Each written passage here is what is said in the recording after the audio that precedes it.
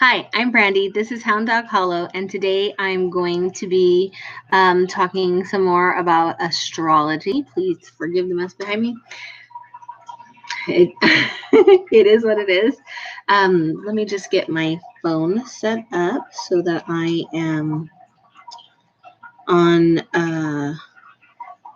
able to get the comments quicker. Let me just put it on the charger. Hope you guys are having a good day. It's going to be some pretty significant shifts coming up with the eclipse and with the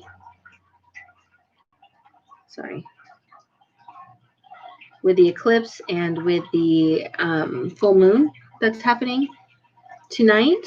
Let me see what time exactly, just so that I can give you the best information. I have a little thing that I look at. It's called mooncalendar.astroseek.com. I've linked it to a lot of my different videos, including the Get Ready With Me for this upcoming full moon on my channel. November. Sometimes it reverts back to universal time, which I don't care for because I don't want to do math. But let me just see. I just want to be sure of the time. So the full moon is at 0129 tonight. So basically tonight is a waxing on the waxing side of the full moon, and then tomorrow is going to be on the waning side of the full moon, which works for me because, especially with the eclipse, this is a good time for releasing things that no longer serve you. But I will probably do some work tonight and tomorrow. I've been finding that 2-day bursts are better for me. So I digress. Let me look at this chat. Okay, no comments yet, but hopefully I will get started right now. So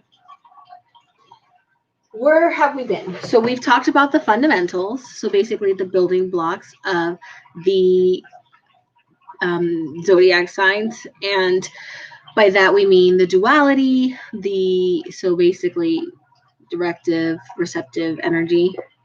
Hi Patricia, everything's good. I'm glad you're here.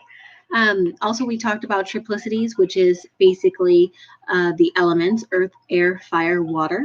We talked about the quadruplicities, which is the modalities.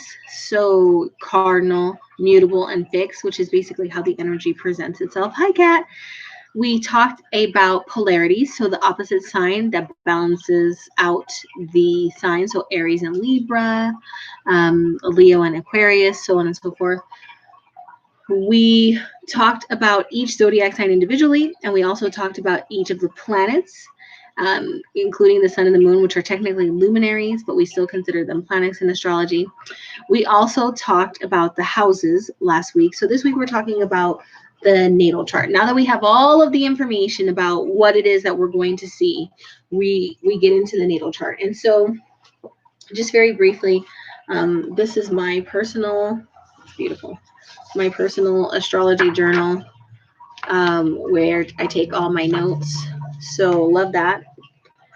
And also I have everything's in the description bar below as well. I have Astrology for Yourself, which is a really good one.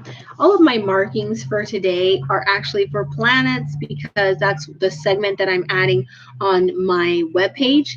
So you can get a lot of this information I've already condensed and simplified and posted onto my webpage, hounddoghollow.com, under the astrology study tab, or the blog tab, either of those. And I've covered all of the fundamentals and all of the zodiac signs, and I'm starting to work through the planets, and I'm going to go through kind of like I went through with these astrological lives, just adding all of the energy that way. So that way, for those of you who are not learning in this context very well, can learn in a visual or reading context, if it's better for you. So just really quickly, I'm going to go ahead and mark in this book where we're going to start. So we've already talked about the zodiac. We talked about the building parts of the zodiac. So it talks about the structure of the birth chart, and this is like a sample birth chart. Although this is not a sample that I see nowadays because this is a one without the aspects. And usually when you print one now, you can get the aspects. And you can, of course, get a free full-blown natal chart and reading from Cafe Astrology. Very cool. So we talked already about the signs, the houses, and the planets. This is what your natal chart's going to look like. It's going to look like a pie with 12 pieces.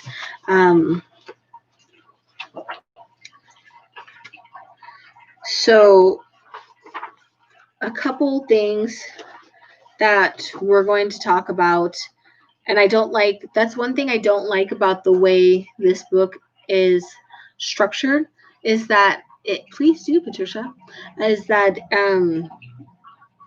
it goes in a little bit different structure. The other books that I have are a little bit better about teaching, but I will point that out. And also, I've done a review for all of my astrology books, and I have a new book review every Wednesday on my channel, and I literally have them all the way out through the rest of the year, so they're ready to go. Although I finished all the astrology books, and now I'm working through the ancestral veneration books. So you basically will be told, hi Margie, you'll basically be told where your planets are, but if you for whatever reason have a chart that didn't tell you, look for the symbol of the planet. And so you'll have to look up the planetary symbols because it's kind of hard to show you visually right now because the writing's really small.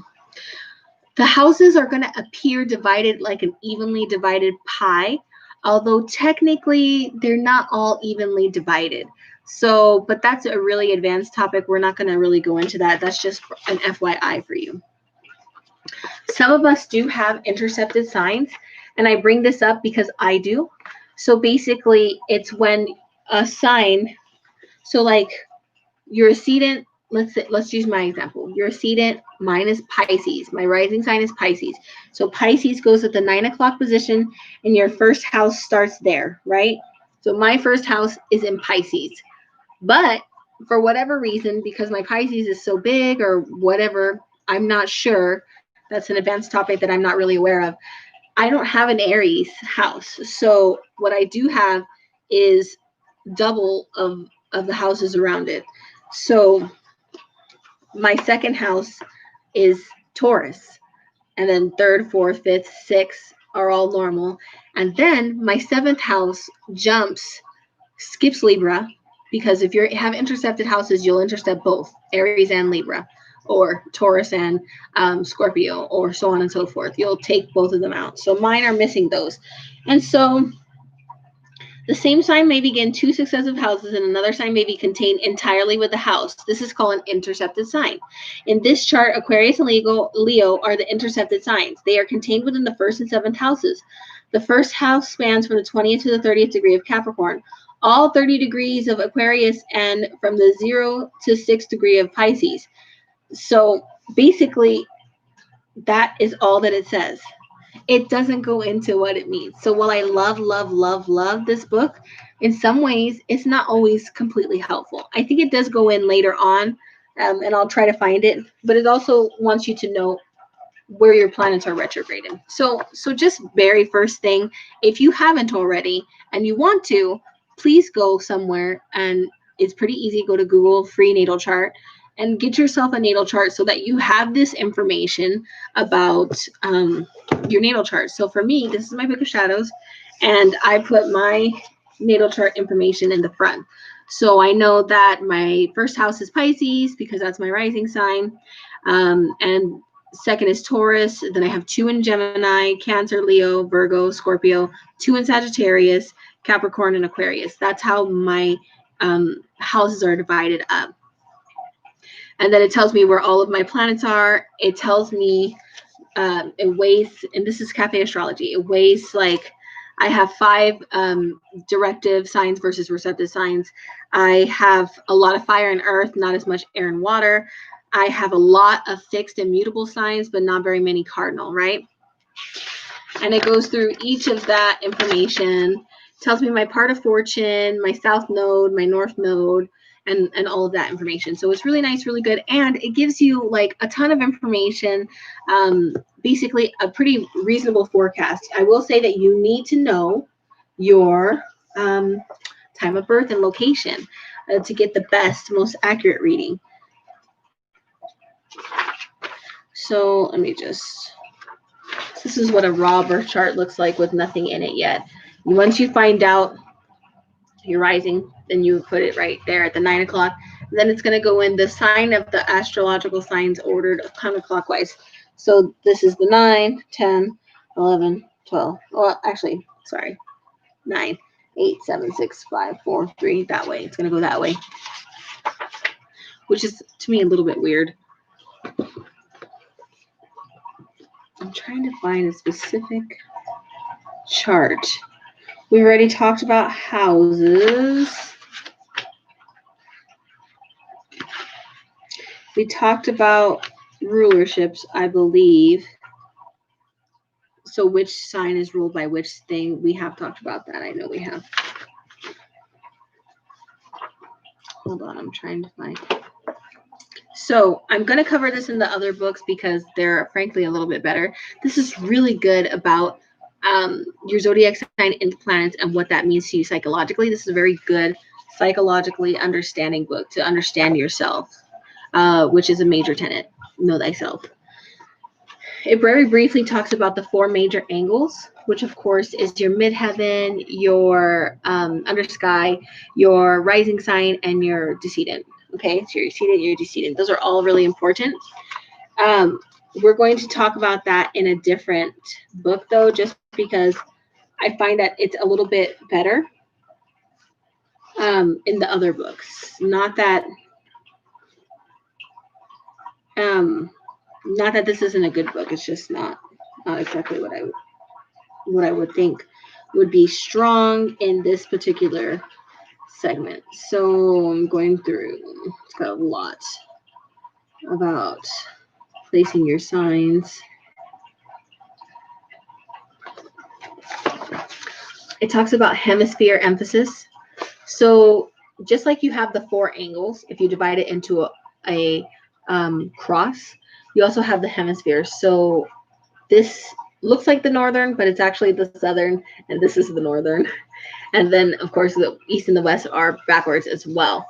And it basically says what the emphasis on each hemisphere just kind of speaks to how you, present to the world and how you are with yourself. So this one's actually a good chart. So basically, the outside public versus the inner private realm. So public is daytime, private is nighttime, and maybe you have a lot of planets here and you're more of an outgoing person, and maybe you have a lot of planets on the bottom and you're more of an introverted person.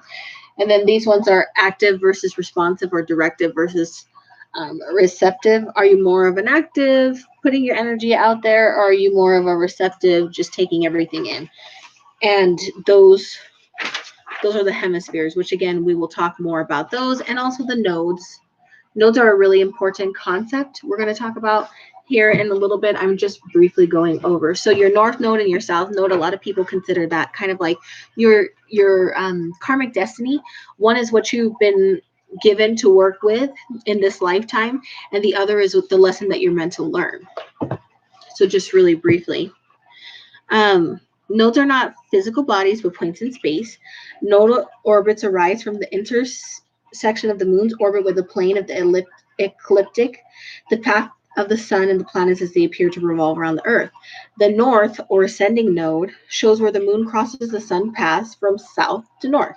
The south or descending node conversely is formed when the moon travels from a northerly to southerly celestial latitude. The nodes are referred to in a Chinese astrology as the dragon's head, the north node, and the dragon's tail, the south node. In the birth chart, the north node is a symbol of spiritual power and integration. It depicts the future and represents how new learning experiences can lead to personal growth. The south node, lying directly opposite, points to our base of operation, the sum total of knowledge that we have carried over from the past. As a symbol of the past, the south node represents a resource, innate talent, or ability which with which we have been born, and it often expresses itself as an early age. So the South Node is what you've been given and what you have to work with, and the North Node is what you're going and meant to learn. So thus we can use our South Node skills to enhance our lives and make a contribution to others and to society. Our strength comes from what we carry over from the past. Because South Node functioning seems so natural, easy, and comfortable, we are vulnerable to overemphasizing these qualities and thus can get stuck there. Eventually, we may become bored, limited, stunted in our growth, and depleted of energy. The nodes, after all, represent a polarity. Problems arise when we remain fixated in the South Node's realm and avoid the path of future development depicted by the North Node sign and house position. For the polarity to remain balanced, both sides must be equally represented. Thus, it is suggested that you use your South Node as a base of operation while moving forward into the path of future growth depicted by the North Node. And as an example, my North Node is Gemini, and my South Node is Sagittarius. Okay, so that's the polarity there. So I'm heading towards where is my Gemini? Where is my my house?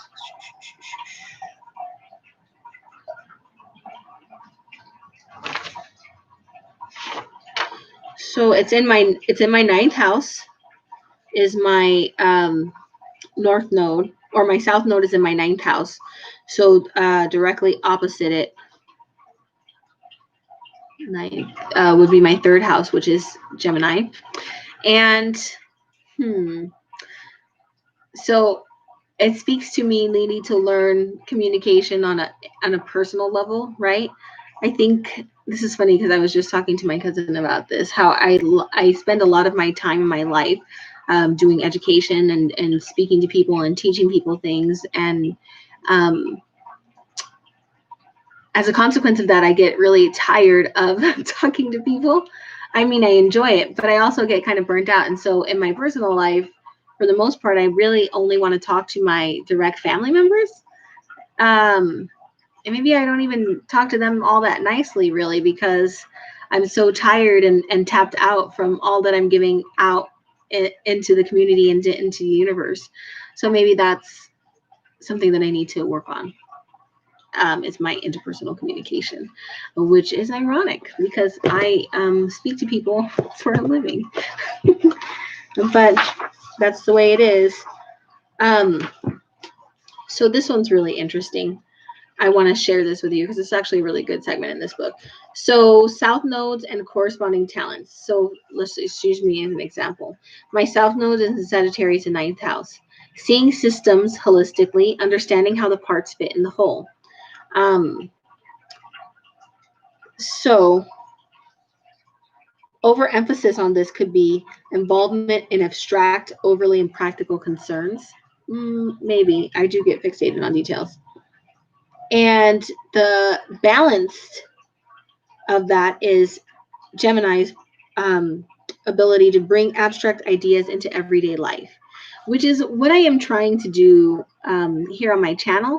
I really want to bring these esoteric, philosophical, spiritual ideas home to everybody.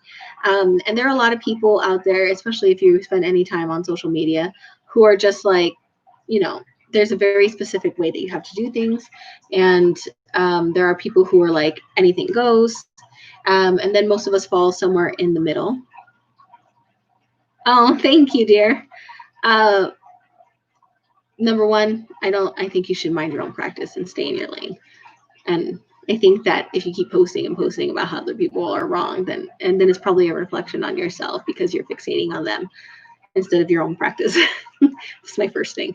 Number two, I believe that for some people spiritually there is a specific correct way, especially if you're doing certain religious practices, certain coven or traditions or things like that do subscribe to a very specific way to do things so that you don't disrespect the entities you're working with, disrespect the energy you're working with, disrespect your coven mates, disrespect your history, your lineage, your ancestors.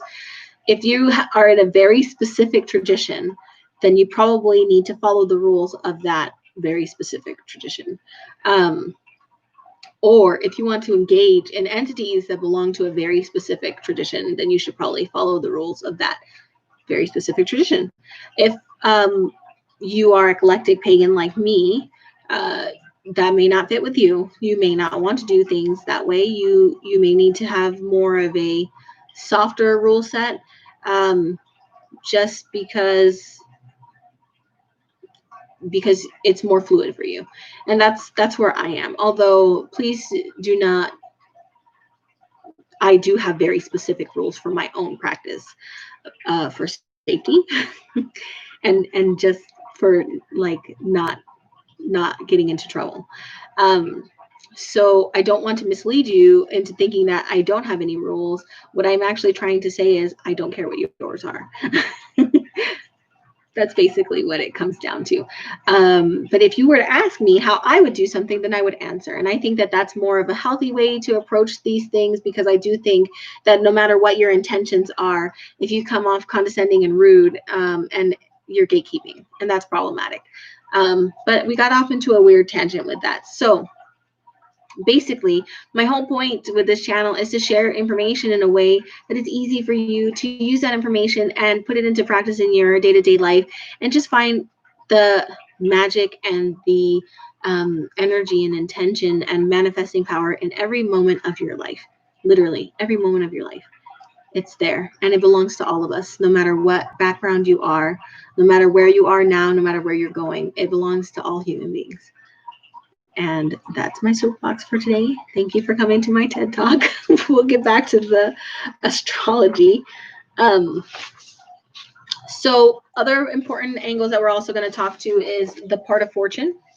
And the part of fortune is not a heavenly body. It's a point in space, and it's derived from the positions of the sun, moon, and your rising sign, and is a synthesis of these three most sensitive points of personalities. The part of fortune also indicates how and where you most easily express your moon phase purpose, which they talk about that in a whole different way. And we can talk about that at some point in the future, because I'm not giving up astrology altogether. Instead of focusing on learning the basic fundamentals of astrology, the whole next year, we're going to focus on putting that to practical use in our everyday lives. So I already do that a lot with my Get Ready With Me for the new and the full moons and the Sabbats. We talk about the astrological energies. We talk about what workings we might do. I'm going to dive deeper into that. And kind of do more sharing and guiding and teaching in that respect, because I hear a lot on my channel and on social media that I feel so disconnected from my path. I feel so like I'm not doing this. I just feel like it's not enough, like I don't know what to do, like I don't know when to do things, there's so much doubt in all of us. And it's okay, because 2020 has been a dumpster fire for everybody, I think. And number two, it's not easy to know how to work through such a personal practice that isn't really mainstream as witchcraft, right? So, and again, you could use this if you were Christian or whatever. What I'm saying is I'm going to do more of the practical stuff. I'm going to share more of the practical stuff for us to do things, learn things, work with energies together through the phase of the year. I think that's going to be my focus for next year. We'll see how that goes. So the part of fortune focuses the power of the sun's purpose and the moon's feelings through the personality of the ascendant. Consequently, it symbolizes a point of integration, one where we can achieve happiness by being easily able to express our purpose through our natural personality. Thus, according to astrological tradition, the part of fortune is an indicator of luck. It's good fortune. So the sign of the part of fortune indicates how or which attitudes can facilitate this expression, and the house placement signifies where or through which activities this fortune can be instinctively realized. So again, as using my own chart as an example, and of course you can get your free chart at Cafe Astrology. Mine is in Virgo. Everything is in Virgo. Oh my God, I have a stellium in Virgo. Mine is in Virgo, which is my 6th house. Or is it, I think it actually falls right before my 6th house. No, yep, it's in my 6th house. My part of fortune is in my 6th house of Virgo. And so the sign expresses how, and I have a stellium in Virgo, so service to others, health, analytics, things like that. Those are really strong things that make list making, makes me really happy. Helping others makes me really happy. And the house placement signifies where, and the 6th house is the house of service to others and work. So double, that's my jam, in case you haven't noticed. So one thing that might be a little bit advanced is retrograde and intercepted planets. And I think I'm going to put a paperclip because we're going to come back to that. I want to get into the better, I want to get into so many things. There's aspects. This book's not really good about aspects. Again, I would think that it's really exceptionally good at saying like psychological aspects of your own personality, really getting to know yourself. That's what I say this book excels at. Okay, let's grab another book just for right now. This book's also not super good about the natal chart, but it is a little better than the other one. So this book starts off just going through, like, if you knew your information, which of course you can. Hi, Autumn Star Ember. If you knew your information, you could totally get it pretty easily from I'm sorry, what was I thinking?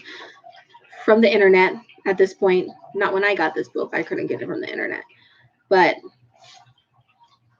you could get the information pretty easily, and then you would basically just read up each of the information to find out what it meant for you. So like you would say, oh, my chart says my sun is in Leo, and then you would read the description about sun in Leo. My moon is in Aquarius, and you would read the description about moon in Aquarius.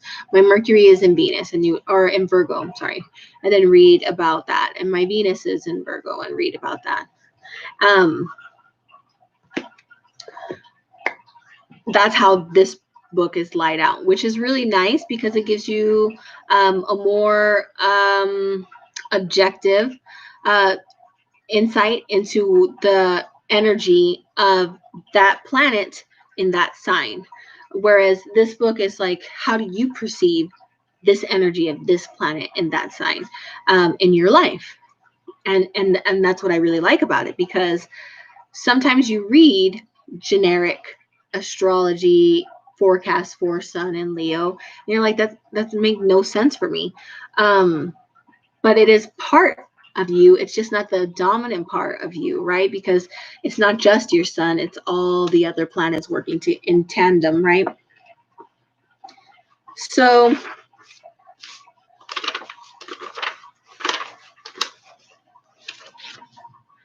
she talks about looking at your chart, finding which elements are dominant, finding which quality is dominant, cardinal, fixed, mutable.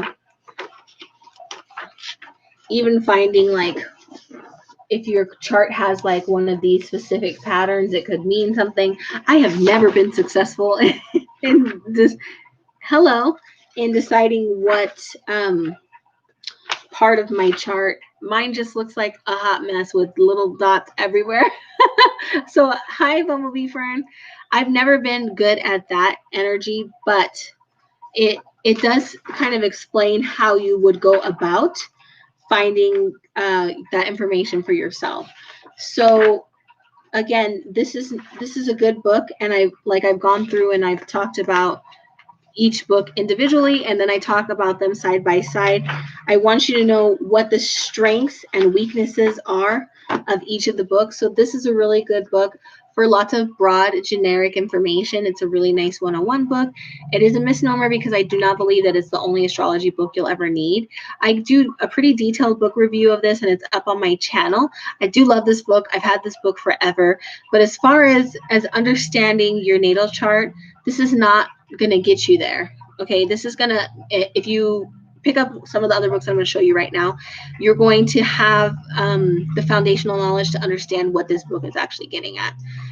Because it does have some really good information about your aspects and your angles and your north and your south node, but it doesn't it doesn't go into that information in a way that you would be able to pick up those concepts from this book alone, which is my only beef with this specific book. Hi, Dawn. Thanks for coming. Feel free to ask any questions, because this is, I want to say this is probably the fifth. This is the fifth installment. So I'm past the fundamentals, but I absolutely don't mind answering any question that you have. And I am actually going through the strengths and weaknesses of each of the books that I'm going over. So I'm covering the books that are not very helpful first, so that we can spend the time in the, oh, thank you. So that we can spend the time in the books that really have a lot of information. This is Magical Astrology by Sky Alexander. This is actually a good book. I would say it's a really, really good book for practical application of astrological energy. It's almost like a Witchy 101 book in that way, in that it goes through and it talks a lot about element work. It talks a lot about magical timing. It talks a lot about how to work with sun energy, moon energy, how to work with Aries energy, how to work with different tools. There is a review of this coming up on my channel. This book is not strong on teaching you your natal chart. This is not it, and it's called Magical Astrology, right? It's called Magical Astrology, meaning that it's not just an Astrology 101 book. It's not really, I wouldn't even really call it an Astrology 101 book. This is a book about taking the information from astrology, using your astrological information, your knowledge base in your magical work. That's really what this book is about. It's a very nice book, because I do a lot of elemental magic. I try to live by the moon. I try to use the seasonal energies, especially now. We're fixing to have a full moon in probably about 8 hours, and a lunar eclipse. And it's a really appropriate time to use this practically to do some kind of working, because it is an SBAT, right? This is a great book for that. So I would recommend this. Had I had this book available to me as a newer learner, this would have been extremely helpful. Extremely helpful. I really like this book in that context. In the context of what we're talking about today, though, which is the natal chart, not so much. Let me even see if it has any. No, I think it has a very brief blurb about it. So here's the brief little blurb. Most of it is a most of it is a very, very brief crash course saying, like, this is what sun energy is. This is what the houses are. These are the angles. And so because this is such a beginner 101 representation of that, I'm actually going to read what these are, and then we're going to take a deeper dive, because the main thing about your natal chart, because again, we've covered the fundamentals, which is the energies, the dualities, the elements, the modalities. We've talked about all of that. And we've talked about the zodiac signs, and we've talked about the planets, and we talked about the houses. And then where the pedal hits the floor is like, okay, you have your natal chart, you know where all those things fit into your chart, and you can look up, my sun is in Leo, my sun is in Aquarius, and so on and so forth, what that means. But then there's actual things about the natal chart itself that deepen the information, like where are your angles, where's your part of fortune, where's your north node, where's your south node, how are your aspects. And that's oh,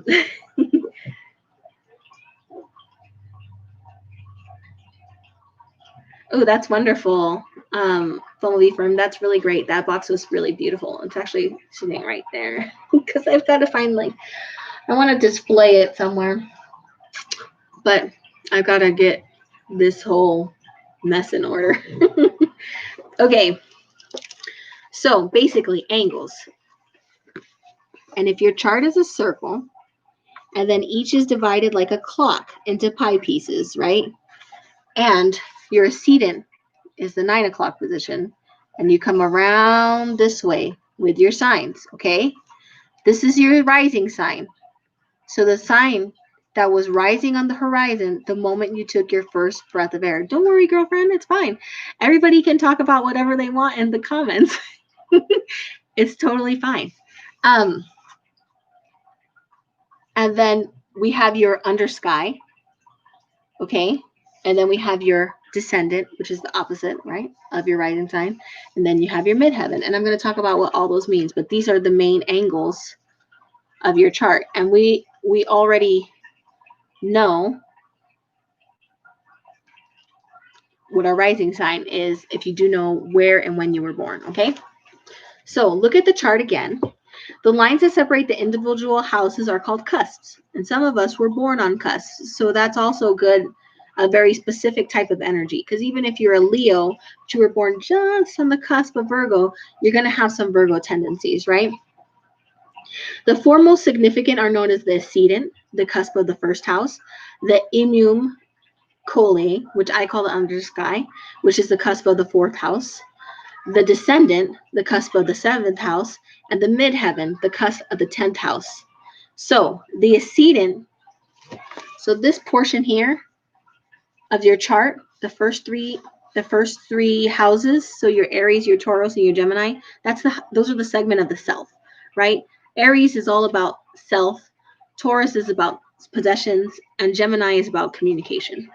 Okay, then you have your inner and personal life, which is this quadrant here, where you have your Cancer, which is your home, your Leo, which is your creativity and your pride, and your Virgo.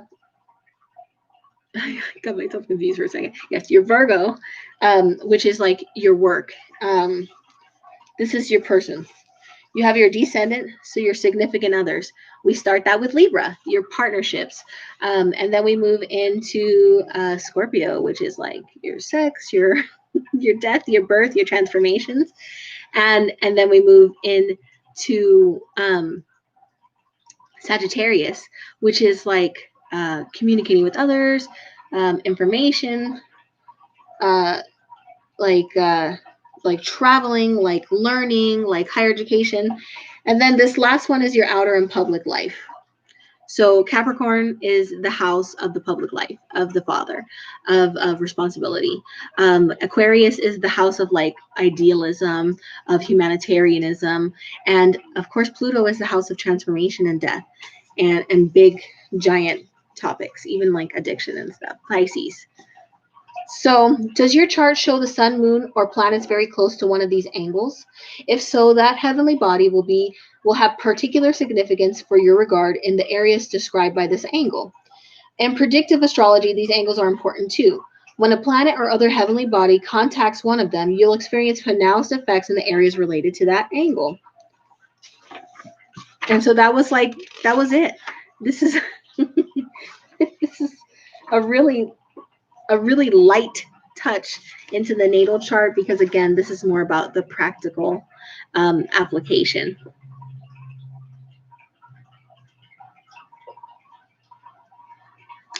Oh, I was gonna say, I have all of this written down in my I'm posting all of this information like in little tiny summarized blurbs on my website. I've got all the fundamentals there. I've got all the zodiac signs up, and I'm starting to work through the planets, then the houses, and then all of this information that I'm covering now will be there. So you could just click on the tab and you're like, I'm going to start with my zodiac sign. Boom, click on your zodiac sign and it tells you all about Gemini, blah, blah, blah, blah, blah. And then you're like, oh, it says down here that Gemini's directive, and air sign and a mutable sign, and this, what does that mean? And then you could go back and say, oh, what does duality mean? What does this mean? What does that mean? And then you could go through and learn that way, however it is that you want to learn. I took all this information and I synthesized it in little bullet points, little witchy cheat sheets for you to go through. And I think right now there's about 20 pages up. Yeah, 20 pages up that you can sift through. I just have to go. Oh, you're so sweet, Margie. I'm also, like I said, you'll have that information on the webpage, hound.colo.com. So the other really important thing that she covers in a paragraph here, because again, is the aspects. And what they mean by aspects is, let me give you an example. For me, my sun, which is Leo, and moon, which is Aquarius, are in opposition, meaning that they're in the opposite. Because I was born on a full moon. And when it's a full moon, it's in the opposite sign of the sun position. They're in opposition, right? So when it's a new moon, they're in the same sign. My sun, Leo, and my moon, so my self, the core of myself, and my emotions are in opposition. It's challenging. So there's not quite so many aspects that are quite so significant, but where you do have angles and aspects between the different planets and luminaries on your chart are going to be significant bits of information about how that works in your life, how that energy is going to be manifested in your life. The easiest way to understand that information is, again, to print a free birth chart, and it'll go through and say so for me, it was really nice. It told me each of my oppositions, each of my aspects, and I just wrote them out. So like, for example, my sun is in opposition to my moon, which is what we just talked about. My moon is square to my Mars. My moon is trine to my Pluto, and so on and so forth. And then really briefly, astrologers call the relationship between planets or between planets and sensitive points on the astrological chart as aspects. Think of them as energetic connections. When two or more heavenly bodies are in aspect to one another, they influence each other's expression. The closer the aspect is to exact, meaning the same degree of a sign, the stronger the relationship between the planets involved. A birth chart that contains many planetary aspects indicates an individual with a complex personality, which I must be complex because they go on to the second page. Let me see if I have any conjunctions. Conjunction means in the same sign as. So looks like my Mercury is in conjunction with my Venus. And my Jupiter is in conjunction with my Neptune, meaning they're in the same sign. And it's also in conjunction with my midheaven. And Neptune's in conjunction with my midheaven. And so is Lilith. It's apparently my midheaven is like a hot jam on my chart. Everybody's there. Also, my 6th house is where I have a stellium, which means I have at least 4 things in that one house. So it's a very heavy emphasis. We'll talk about that in another book that does that a little bit better. So aspects may exist at the time of your birth, in which case they'll influence you throughout your entire lifetime. Aspects are also formed temporarily during a transit. When a planet's orbital motion brings it into a position that forms a connection to one or more planets or sensitive points in your birth chart. When a transiting planet hits one of your natal planets, it stimulates actions, emotions, and events. And I want to highlight that really quick here. If you are fans of the Witch's Box, okay, you should sign up for their newsletter. She does a new moon, full moon, and dark moon forecast, and she talks about the pertinent transits and how you can see where it's transiting in your natal chart if you know your rising sign. So that's really, really helpful because it adds a really nice layer to your understanding of the energies that you have to work with on any given aspect, which is, the full moon and the new moon, to help you either A, focus where your energy should be, B, just keep something in mind, or C, harness that energy to use in ritual work, okay? In the birth charts, the aspects are often shown by colored lines connecting the planets involved, such as red for squares and oppositions, and green or blue for trines and sextiles. So here are the most important aspects. Conjunction. 2 or more bodies positioned within about 7 degrees of each other in the chart. This is generally considered to be the strongest aspect, and it may be favorable or difficult depending on the planets involved. Conjunct or joined planets operate in tandem. Sextile. 2 or more planets positioned approximately 53 to 67 degrees apart. This is harmonious, and the planets involved support each other's expression. Square. 2 or more planets positioned approximately 83 to 97 degrees apart. Ideally, it's 90 degrees, like a right triangle, right? Or a square has 4 90-degree angles.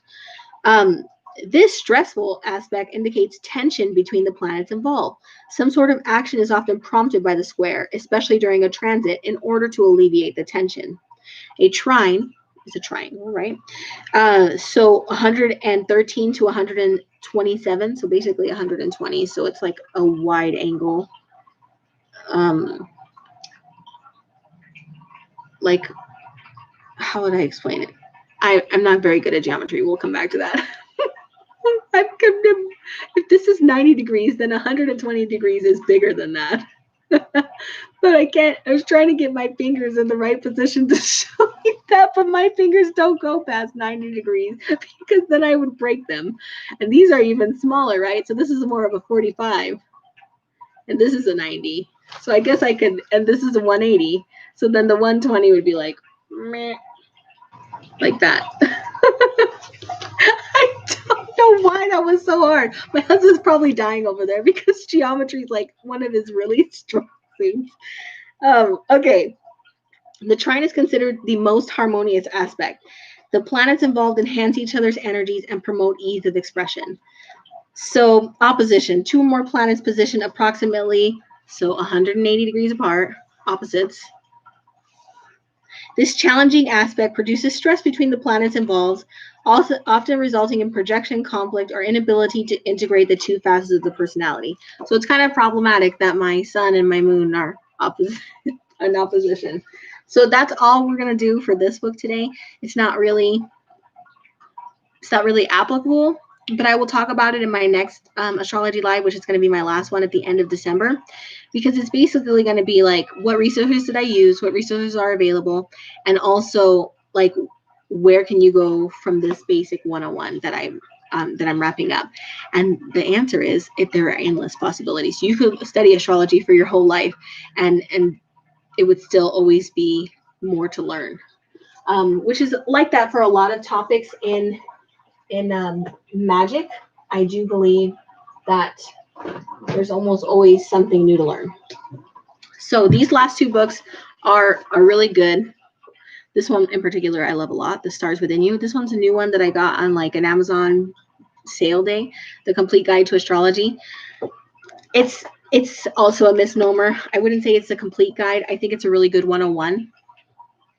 But what I like about this book, and again, there's going to be a book review about it, it kind of like, if you were to do a class on astrology, this would be a really great textbook for it. And it's ordered in a way that I really like, which is like going over the fundamentals, which and then it slips into sun signs because people are super familiar with their sun sign. That's what most of us know right off the bat. We know what our sun sign is. The good thing, Margie, is that if you just get it from online, they're gonna do that work for you. Girl, I would not be able to figure out my own angles. I don't think in those terms. Spatial reasoning isn't a strong point for me. I'm pretty clumsy, actually. But spatial reasoning is a really strong point for my husband, thank God, because one of us has to be able to, to do those things, or else it's going to be not very good. Here we go. The aspects. Aspects are the angles the planets and other cosmic bodies make to each other in the horoscope. Different aspects differ in their angles between the aspected bodies. Aspect ties the disparate elements of the horoscope together to create a cohesive story. It's a complex subject that can only be mastered by practice, and one must learn the basics first. So aspects refer to the distance in terms of degrees between points on the horoscope. Of course, your horoscope is a circle, and so the whole thing is 360 degrees. Yes, I recommend Cafe Astrology, but yes, I printed it out too. I actually have it in somewhere. It's in one of these boxes. I know which box it is if I were to turn around and go look. So, for example, the square aspects divide your horoscope by 4, making a 90-degree angle. Like everything in the horoscopes, aspects are both yin and yang.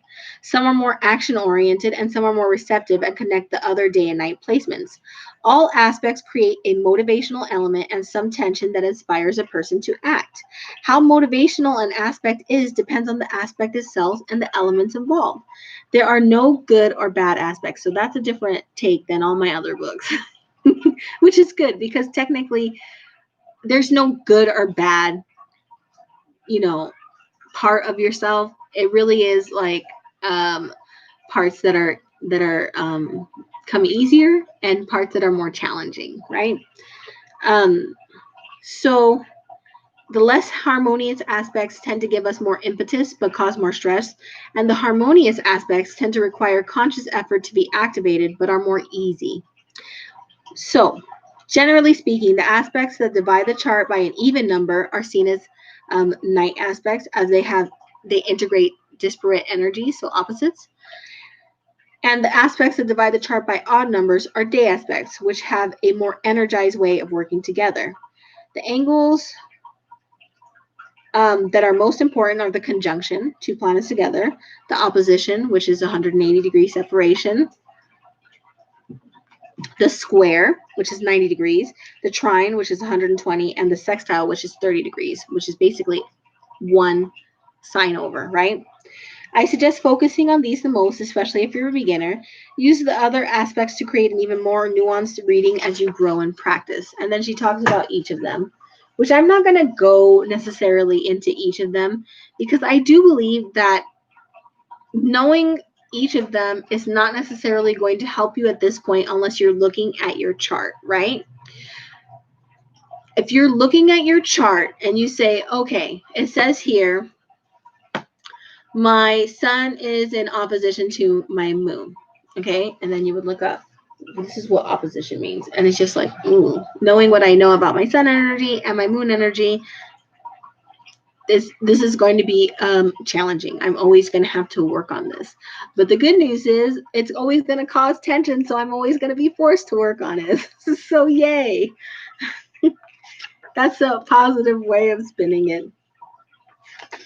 And one other thing that this book talks about, and so that's one thing that I did like about this book, and I do like about every book, is that each of them has something that the other books don't cover at all. So you always get something out of each book. And what this one talked about is what's your most aspected planet, meaning which planet or luminary, sun and moon, in your chart has the most other things connected to it, right? Has the most other things competing or blending with its energies, because that's really what an aspect ends up being. These two things are connected, and just like if you have a plop of watercolor here that's red and you have a plop of watercolor here that's blue, if they end up bleeding together, you're going to get purple somewhere in the middle. It's going to change the color. The colors are going to bleed into each other. If you have one splotch like that with lots of different things pouring into it, it's going to be diffuse. That energy is not going to be as strong and as clear.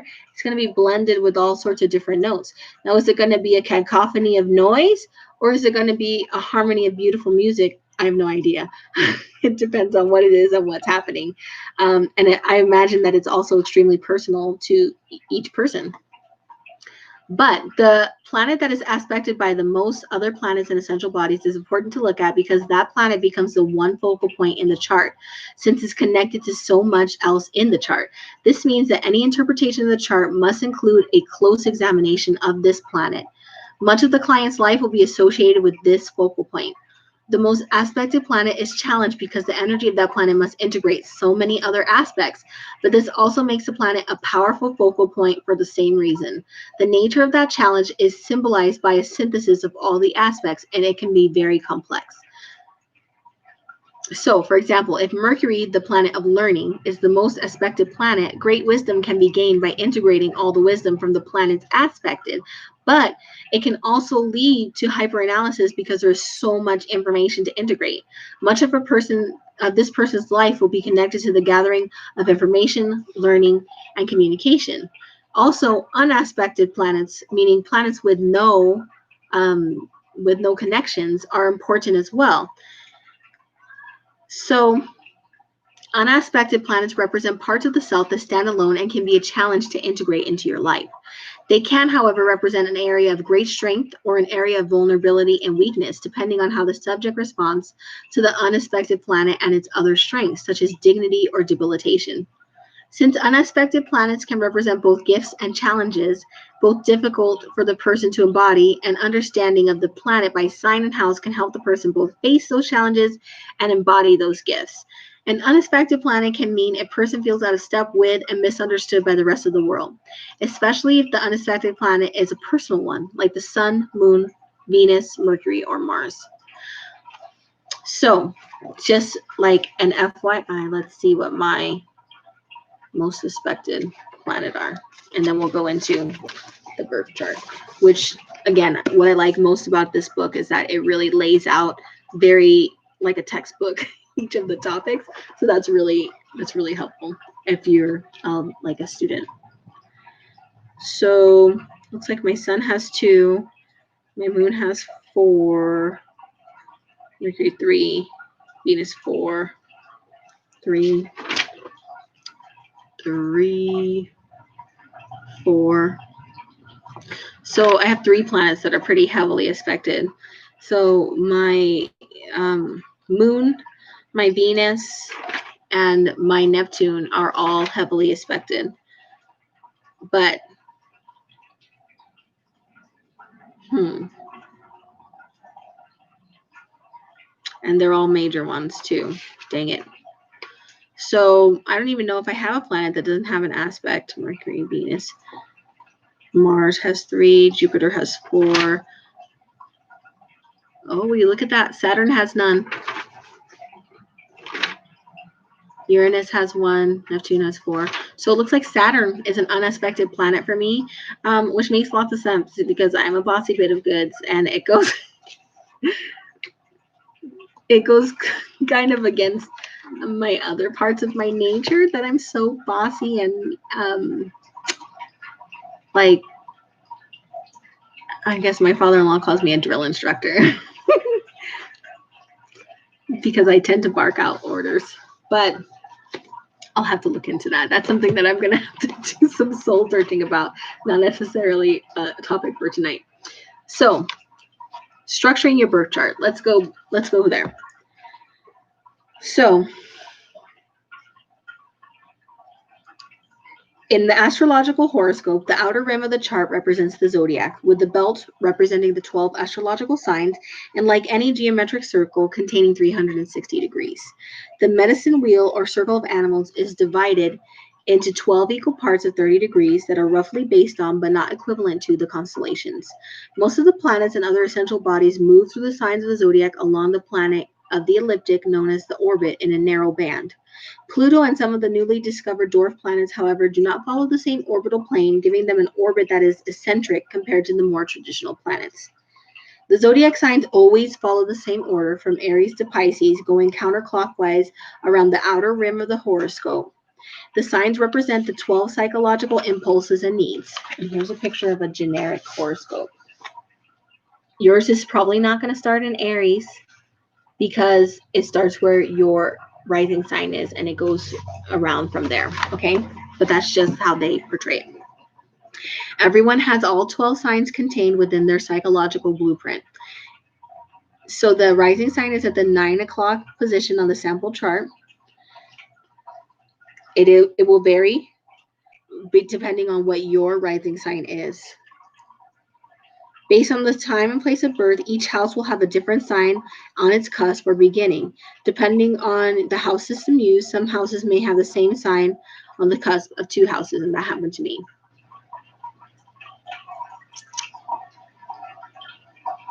Oh, the power over you. So just really briefly, that's not a dumb question, but I have that's actually one of the things that I'm going to be doing on my website in the next couple of days. So I'm going to give it to you really briefly, but then when I put it up, I'll let you know. So the sun, our expression, sanity, and joy. The sun is our basic personality, identity, ego, and consciousness. Our primary sign, it is the most powerful indicator of who we are. The other planets or aspects of our psyche revolve around the sun. It is the central archetype of our identity. And then your moon. The moon is our emotion, sensitivity, and subconscious. The moon represents our inner psyche and emotional nature. Some astrologers say that the sun is how we see ourselves, while the moon is who we really are. Of all the planets, the moon is the most important for us to nourish. It is emotional backdrop for all that we do, ruling our instincts and vulnerability. A relational planet, the moon also tells us how we receive and support loved ones. It can cause us to erupt into moodiness and overwhelming emotional intensity, but without it, we would be walking egos without any complexity or depth, imagination, or profundity. Shining most brightly at night, the moon magically reflects the light of other people's suns, pulling at our heartstrings, eliciting unconscious reactions. It is irrational but poetic and full of meaning. If we do not feed our moon, we simply cannot feel content. So the sun, the moon, and the rising sign are the three main aspects of your personality. The sun being your central core, the moon being your emotional self, and the rising sign being the face that you put on for the world, right? So think of it as your subconscious is your moon, and your conscious is your sun, and the face that you put on for the world is your rising sign.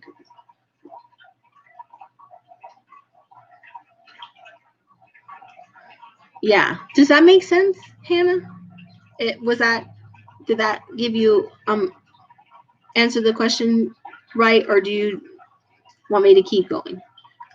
Yay, good. And that's so each planet represents a different aspect of ourselves. So your sun is your core, your moon is your emotions, your rising sign is the face you present to the world, your Mercury is your communication and your learning, your Venus is your love, your Mars is your action, right? Those kind of things. Okay. So natal charts are divided into 12 sectors or pieces of the pie. They also move counterclockwise.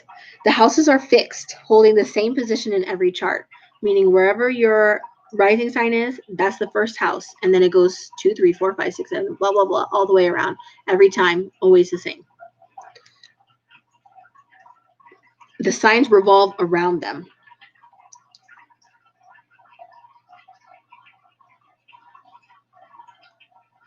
So planets are contained within each of the signs, and houses are the symbols for the planets, and contained within each of the signs and houses are the symbols for each of the planets and other essential bodies. Each planet represents a part of the psyche that is contained within the whole. The sign it is in represents how that planet is activated, and the house represents the area of life in which the planet is active. So, for example, my sun is the energy, the core part of my personality. It's projected out into the world through the lens of Leo, right? That's my sun sign. That's how I project that energy out into the world. And that sign is in my 6th house, which is my house of service to others and work and even your worries. That's where the action is taking place. They always do sample charts, but it has never helped me to look at somebody else's sample chart. Maybe it'll help you, but I don't care about Jodie Foster's chart or Anderson Cooper or Oprah Winfrey or whoever. I just don't care. And that's probably because the way that I look at astrology is to learn something about myself and who I am. And that's not necessarily true. By and large, it's to learn something about myself and who I am. But when I think about it in a practical sense, as in I'm living my life by the moon, I'm working this magic through this energy, so on and so forth, then I think of like what energies are available for me to do what I need to do. What is it like? I think of it as going with the flow or harnessing the tide as opposed to like predictive. I don't really do predictive astrology. The main reason I practice astrology is to learn more about myself and my relationships, and also to know which way the tide is flowing and try not to go against it. So to interpret your birth chart, so the major points of your chart are your sun, your moon, and your rising.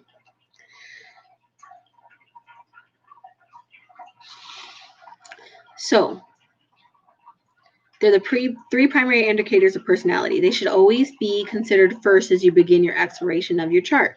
The sun is your core, the moon is your soul, the rising is your persona. To accurately calculate the position, you need the time, date, and place of birth.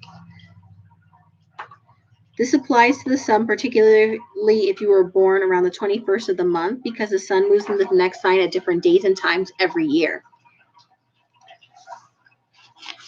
So the 4 angles of the chart are formed by the intersection of the horizontal and vertical axes of the chart. The rising sign is the sign and degree on the eastern horizon at the moment and place of birth or the start of any event. The rising sign represents the part of you that you present to the world, your receptionist, that projects a certain image when other meets you. In the outer layer of being known as the persona, also describes as the mask that only reveals what is wanting to be seen initially. The ascendant also reveals much about a person's birth and early childhood, and as such, the ascendant can sometimes be a defense mechanism in early life and in challenging situations. However, we tend to grow into our ascendant and live it more proactively as we age. For example, a person with Capricorn rising can be very serious and reserved when young, but tend to loosen up as they age. Next is your midheaven. It's also known as the medium colii or the MC. It's the highest point of the chart in the cusp of the 10th house in most house systems. In the northern hemisphere, it represents the south, and in the southern hemisphere, it represents the north. The midheaven is the most public place of the chart and represents the mission, goal, or contribution in life. Often said to represent the career, this is not always the case, though it does represent the nature of the career and the person would ideally pursue. As the most public place of the chart, this also represents public reputation and social standing. The descendant, so the bottom point of your chart, or I'm sorry, the opposite point from your ascendant. I'm thinking of the image called, just to keep that image. So we did the rising sign, the midheaven, and now we're right here, which is your opposition to your rising sign. The sign and degree of the western horizon at the time of birth. The descendant represents what you are attracted to in others and how you relate to other important people in your life. The sign on the descendant represents the energy of those you will seek partnership with in your life. If you have Gemini on the descendant, for example, you will enjoy intellectually based partnerships that are a lot of fun. That doesn't necessarily mean Gemini sun sign, but rather someone who has a lot of air energy in their chart, including Gemini. For me,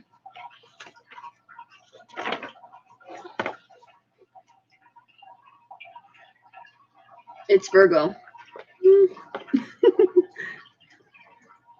And I guess I can see that. So the bottom, the nadir, the undersky, the imam colii is at the very bottom of the chart and represents the north in the northern hemisphere and the south in the southern hemisphere. This is the most private part of the astrology chart and represents your inner, most private life. The sign on the nadir is the cusp of the 4th house in most house systems and also represents one of the parents, usually the one who is most inclined to nurture. The childhood home and the home of the person are also represented by the nadir. And for me, I believe it's Cancer. Oh, it's Gemini. Interesting. Then it talks about calculating aspects, which I'm not going to do because I'm not going to do geometry. But if you get your free natal chart, it'll calculate them for you. So this is basically the steps they would suggest. They would suggest looking at your sun, moon, and rising, finding your midheaven, your undersky, and your descendant. Then looking at your aspects. Next, look at planets in their dominion. So one of the things about each planet is that they have a sign. They have 2 signs that they like to be in and 2 signs that they don't do well in. Every single zodiac sign has a place where they're really strong and they're really not so great. Okay. If the planet is in its home sign, then its strength is intensified as are the qualities of both sign and planet, whether positive or negative. For example, Mercury in Gemini would give a more voracious appetite for learning and would suggest that the person is highly social, dependent on all the other factors in the chart. The ruling planet in your chart is the planet that rules the sign of your rising sign. So my rising sign is Pisces. So my ruling planet of my chart is Neptune. The sign and house that this planet is in will modify the ascendant energy. For example, if someone has Aquarius rising and their ruling planet Uranus is in Libra in the 6th house, then it would suggest that the person has a unique and even quirky mode of creative self-expression. So my Neptune, is in that big old crush right up there in Sagittarius on the 10th house. So it's right up there with my public most public point of my life. And for everybody, it would be different. So a stellium is 3 or more planets in a particular sign, meaning the person will be more of that sign than if there's only one planet in the sign. Because Mercury and Venus move with the sun for much of the solar year, stelliums will often include one or both of these 2 personal planets. And for me, I do have a stellium in Virgo in the 6th house with Mercury and Venus. So check those out because you might have those 2 together as well.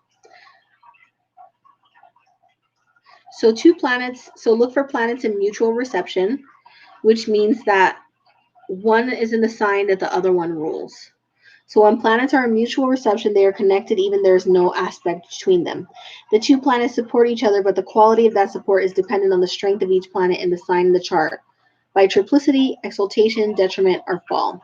So for example, if your Mars is in Sagittarius and Jupiter is in Aries, so Jupiter is ruled by Sagittarius and Mars is ruled by Aries, so they're in each other's proper houses, right? Both planets are fire signs, right? And therefore, they would support each other well. So I have not heard of that before this book, but it makes perfect sense to me. That would be something that I would have to go through sign by sign. So then it talks about asteroids, which I haven't covered yet, and that's one of the things that I'm going to talk about as looking forward. So your major asteroids might be your Chiron. A lot of people know that. Your Ceres, your Juno, your Pallas, Pallas Athena, your Vesta. Those are all asteroids that more and more people are including in their chart. And so Black Moon Lilith is another one that people are putting more in their chart. That's not a planet. That's more of a position in the sky. Those things you can also look up on whatever website that you use to pull up your chart, and you might consider taking those into account when you are reading your chart or reading for others. So we talked about the hemisphere, and it's important to know which hemisphere you emphasize with most. So north versus south, east versus west, like are you more public, are you more private, are you more active, are you more receptive? Those kind of energies are things that you would consider about your personality. And basically the way you would know is if you had more planets in one side versus the other. Hi Liberius, nice to see you, dear. We talked about the moon's nodes, the north node and the south node, and how they represent the dragon's head and the dragon's tail, what you're coming into life with, what your strengths are, and what you're meant to learn in this lifetime. That's the balance there. And that's going to be different for everybody, but it is a really important and underlooked part because it does give you a really good view about what might be your karmic journey in this lifetime, if you're interested in that kind of thing. If you find yourself presented with challenges that always relate to your nose, it might be something really worth considering. Or maybe if you look at it, you might realize that you have been having challenges around resisting moving into your the node that you were meant to grow into, as opposed to the one that you started with. So something to consider. So in most astrological interpretations, the moon's nodes represent the path of development for the soul in each lifetime. The south node is the past, the north node is the future. The south node is the dragon's tail, the north node is the dragon's head. You start at the dragon's tail with what you've learned and the strength that you bring with you from your last life, and you're moving on up. So they represent our default emotional reactions, our soul habit, and the soul's potential, or habits to consciously move toward. They are a continuum of development, with neither the south node being all bad, or the north node being all good. And it talks about, that's one thing I like. It talks about, in most books, when you know what your it's going to be your opposition. So once you know one of them, you'll know the other. It talks about the way that they feed off of each other and the energy that you might be working on. We talked about the part of fortune, and it's basically your good luck sign. Where is your luck? My part of fortune is Virgo. There's a lot going on in Virgo. Retrograde planets. So when a planet is in retrograde, it means that our planet, it looks like they're moving backwards. They're not actually moving backwards, but that's what it appears like to us. And so a lot of people are familiar with like Mercury retrograde because it tends to have a bigger impact on our day-to-day lives. The only planet that's retrograde right now is Uranus. Let me double check. Yeah, because Neptune just went direct yesterday. So the only planet that's retrograde right now is Uranus. Everybody else is direct. And then, dang, Mercury's going to go retrograde.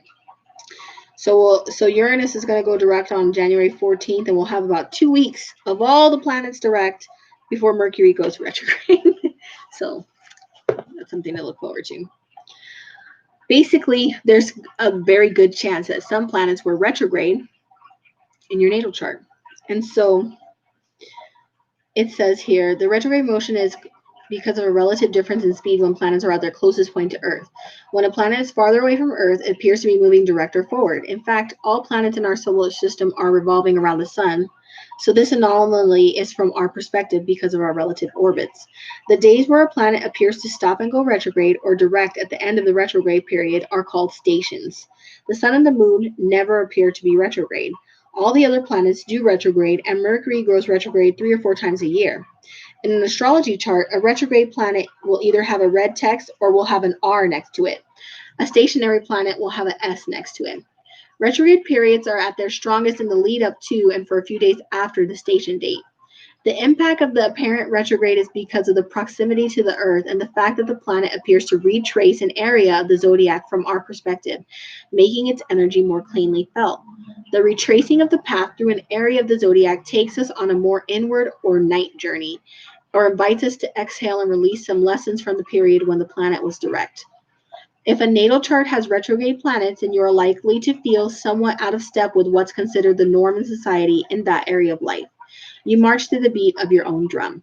It's also an area where you are more inwardly focused. This is heightened when the retrograde planet is a personal planet, like Mercury, Venus, or Mars. If Jupiter or Saturn is retrograde, the person may feel alien in the dominant culture in some way. If an outer planet, Neptune, Uranus, or Pluto, is retrograde, then the person may feel out of step with their generation in some way. It's uncommon to have more than 3 retrogrades in a natal chart, but if a person does, they will feel very out of step with the world they were born into and are likely to be one who is really unique. I'm getting dings. Ding, ding, ding. Hi, Lori. You're not late, dear. I'm just rambling. So let me just look at that. Let me see what planets I have retrograde. Capricorn, Uranus, Neptune. So that's 3.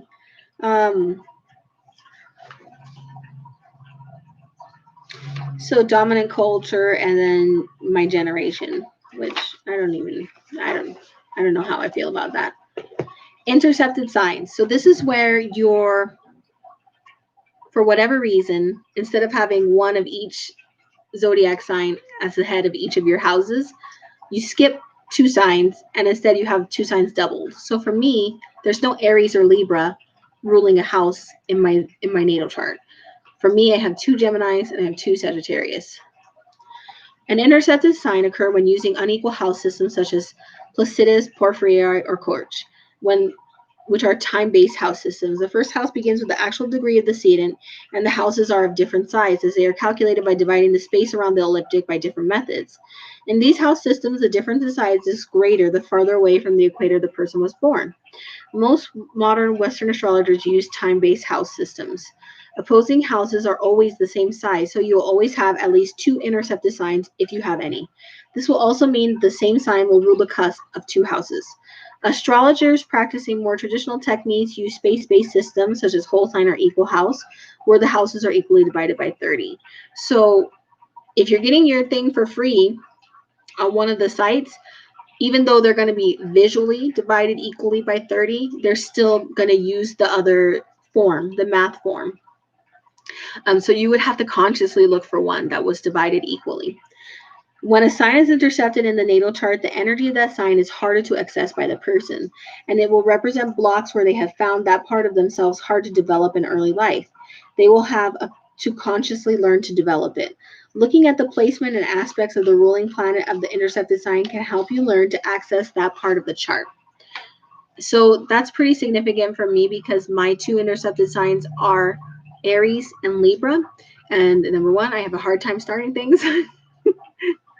And number two, I have a hard time initially making relationships because I'm just really awkward. And I guess that's why, I don't know. I'm just So, astrological transits. Transits are a means of interpreting the ongoing movement of the planets and planetary bodies that relate to the natal chart. A planet can transit a natal planet by any aspect and are a way to forecast trends in personal development. Interpreting a transit involves blending the keywords for the transiting planet by sign and house with the transited planet or point in the chart and sign of house. So one of the most important ways of looking at transit is to look at planetary returns. So basically, when your planet returns to the same place it was in when you were born. So the moon is going to do that once a month. The sun is going to do that once a year. Your Mercury and your Venus will do that probably pretty often, but things like your Jupiter will do it once every 12 years, your Saturn once every 29, and probably you're never going to have or you might have a return. You might for Pluto Pluto, I think it's 84 years. Oh, no. Uranus, it's 84 years. Neptune's 164 years, and Pluto is 248 years, so you'll never have a return of that. So basically, the major ones are usually your Saturn and your Jupiter returns, which is Jupiter's 12 years, Saturn is 29. The lunar return occurs every 28 days, the solar return every 365 days. A return chart can be cast for any planetary return and signifies the person's development and focus for the next cycle of that planet. The most commonly used return chart is the solar return chart. This is the cast for the moment the sun returns to a degree and minute it was in the natal chart. So basically, if you were to cast an astrology, cast a natal chart for on your birthday, let's say that when August 11th comes around, I'm going to cast a chart as if I was born August 11th at 9:07 p.m. 2021 instead of 84, right? And then whatever the forecast is, that's the stuff that I need to work on for the upcoming year. That's a solar return chart, okay? And a Saturn return chart would be that concept, but with Saturn. And that's a lot of information, and that's already for this book. I don't think that this book's review is up yet. This one's probably my favorite modern astrology book, The Stars Within You. It has a lot of the good, juicy stuff that I like. So like stories, mythology, history. It's really good in that way. I have a review coming up for it, I think I might have already reviewed it, or maybe it's up there. Or maybe it's coming on Sunday. On Wednesday, I mean.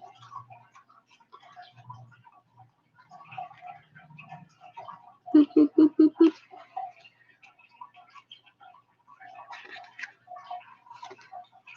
So it talks a lot about aspects, weaving it all together. And this is what you probably came here for. How to do your natal chart. So this is, yes, that's called a trine.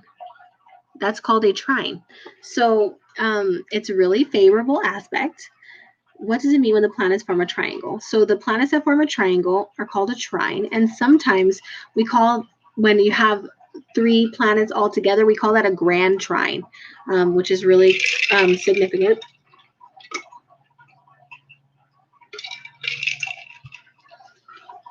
You've got Sun, Virgo Sun, Taurus Moon, and your generational planets in Capricorn. You have a trine in Earth. That's what I'll read it to you.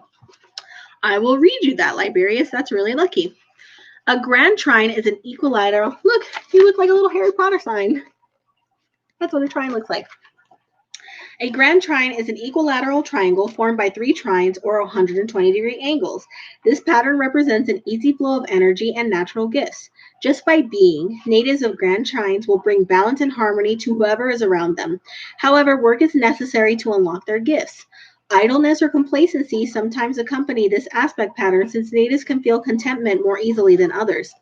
If another planet forms a challenging angle to any point of the grand trine, that will help mobilize the native's gifts. Typically, the 3 points or planets involved in a grand trine will fall in a single element: fire, earth, air, or water. Grand trines in fire represent gifts of inspiration, passion, or athleticism.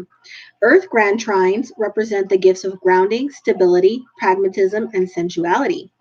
Air signs bring talents of the mind, communication, logic, and wit. And water grand trines endow natives with natural empathy and the ability to nurture, emotionally support, and heal others. There you go. That's pretty awesome.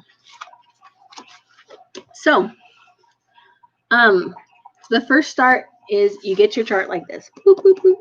That's your chart. You're probably going to get something printed out. It's going to be the last page on Cafe Astrology printout. First things first, look at your chart emphasis. So let's get a feel for the primary energies. Are all your planets in the west or the east hemisphere, north or the south? Gives us an idea of like how your energies are focused: inward, outward, active, passive. Okay.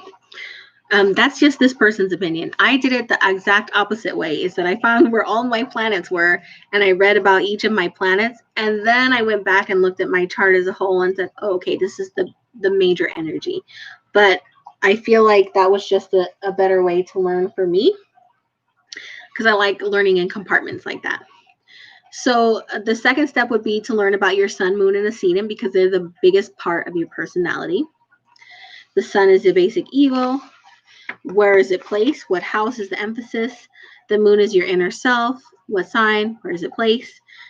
The rising sign is your social mask. What sign? And of course, it's placed always the same at the first house. Then you want to look at your inner planets, because those are your personal planets. Those are the planets that most directly affect your life. And we're talking about Mercury, we're talking about Venus, and we're talking about Mars. Your communication, your love, your energy, your action, your drive. So while the sun, moon, and rising sign tell us about basic traits and emotional makeup, the inner planets further expose personal layers. So Mercury is the mind and communication. You want to know what sign is in and what house. Venus is creativity and romantic nature. What sign? What house? Mars is physical exertion and sexuality. What sign? What house? Then the next thing they want you to consider is the aspects. So that you can see how those major things are interacting with each other. So you should start with what's aspecting your sun, because that's obviously the biggest part. What's aspecting your moon? What's aspecting your rising? Do your aspects have any pattern? Like Liberius has a ground trine. He has a major pattern. So other major patterns would be the grand square and the stellium. So it's not called a grand square. It's called a grand cross, and it's not ideal. So grand trine looks like that. It's really positive. The T square is a right triangle formed by an opposition and 2 squares. Powerful struggles and drive. And then you have the grand cross, which looks like this. Where you have it's like a T square, but with an extra point down here. And then you have a stellium. So a stellium occurs when 3 or more planets fall in a single sign or house. This aspect pattern indicates an extreme focus on the affairs or tendencies of this house or sign. The native is able to direct tremendous drive, self-development, awareness, and activity toward these areas of life. They could look to the opposite sign or house to learn how to find balance and equilibrium. So for me, I have a strong drive in Virgo. And so I really need to pay attention to Pisces.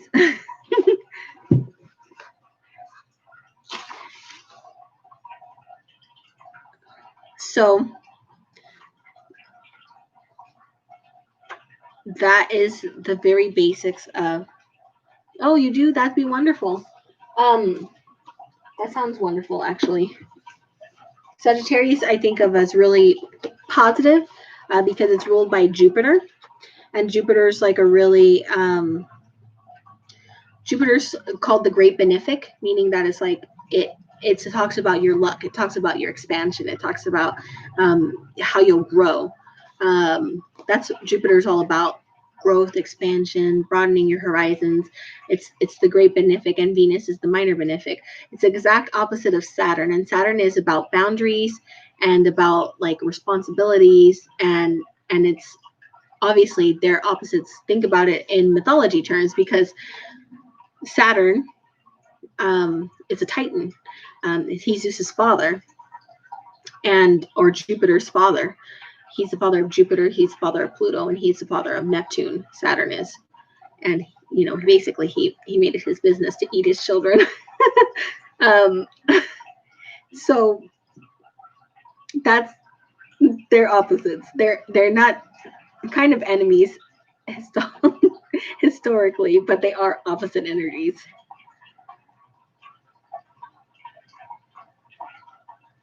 My friend is Pisces in the Sun, Moon, Ascending, and Mercury. That's called a stellium.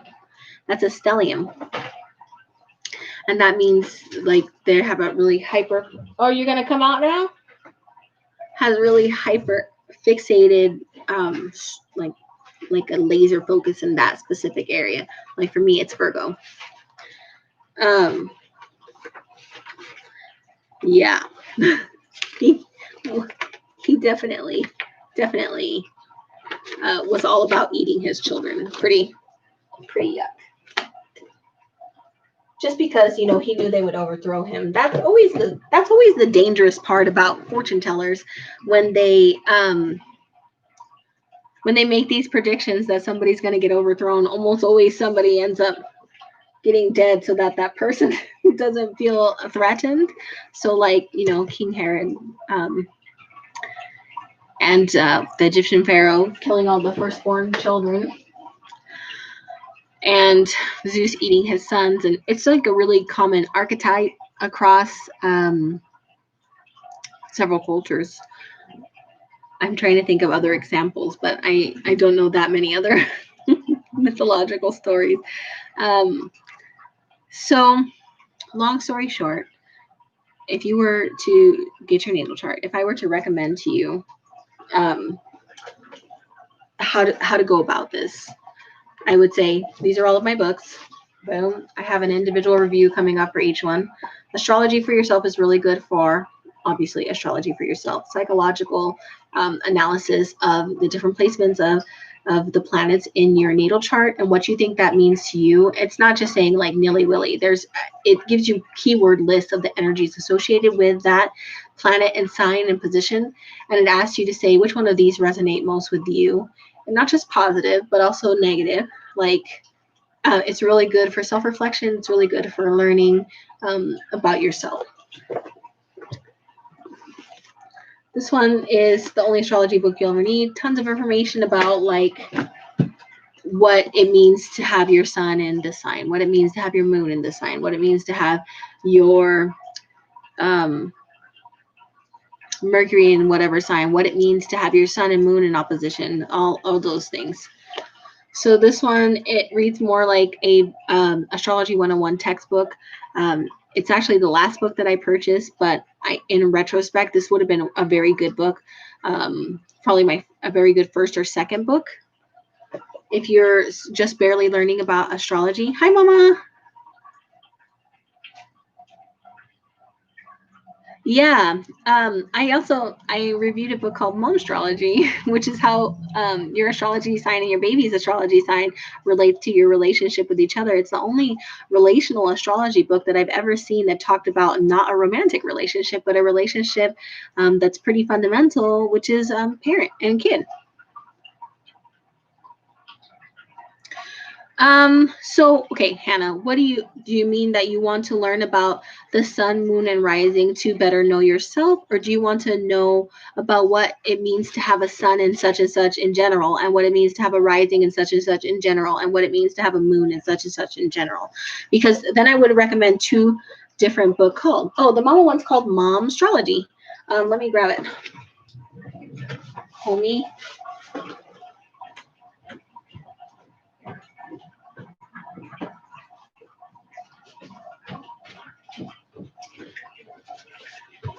I lied. I own two more astrology books. One's Chinese astrology, which I also like, and this one's Mom Astrology. It's so cute.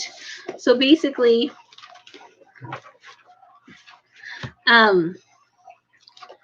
so I am a Leo, right? And my favorite part is in the back. So I am a Leo mom, and my kid is a Capricorn. Leo mom, Capricorn child. Where you click. Hello, Alpha child and mom. Ambition is the Leo woman's blood. Status-oriented Capricorn is all about achievement too. Whatever each of you does, you strive to be the best. President of whatever organization is the title you'll each hold frequently. You're a formidable tag team in everything from sack races to the family business, and the two of you may start together one day. Little Capricorn has a similar code of honor to yours.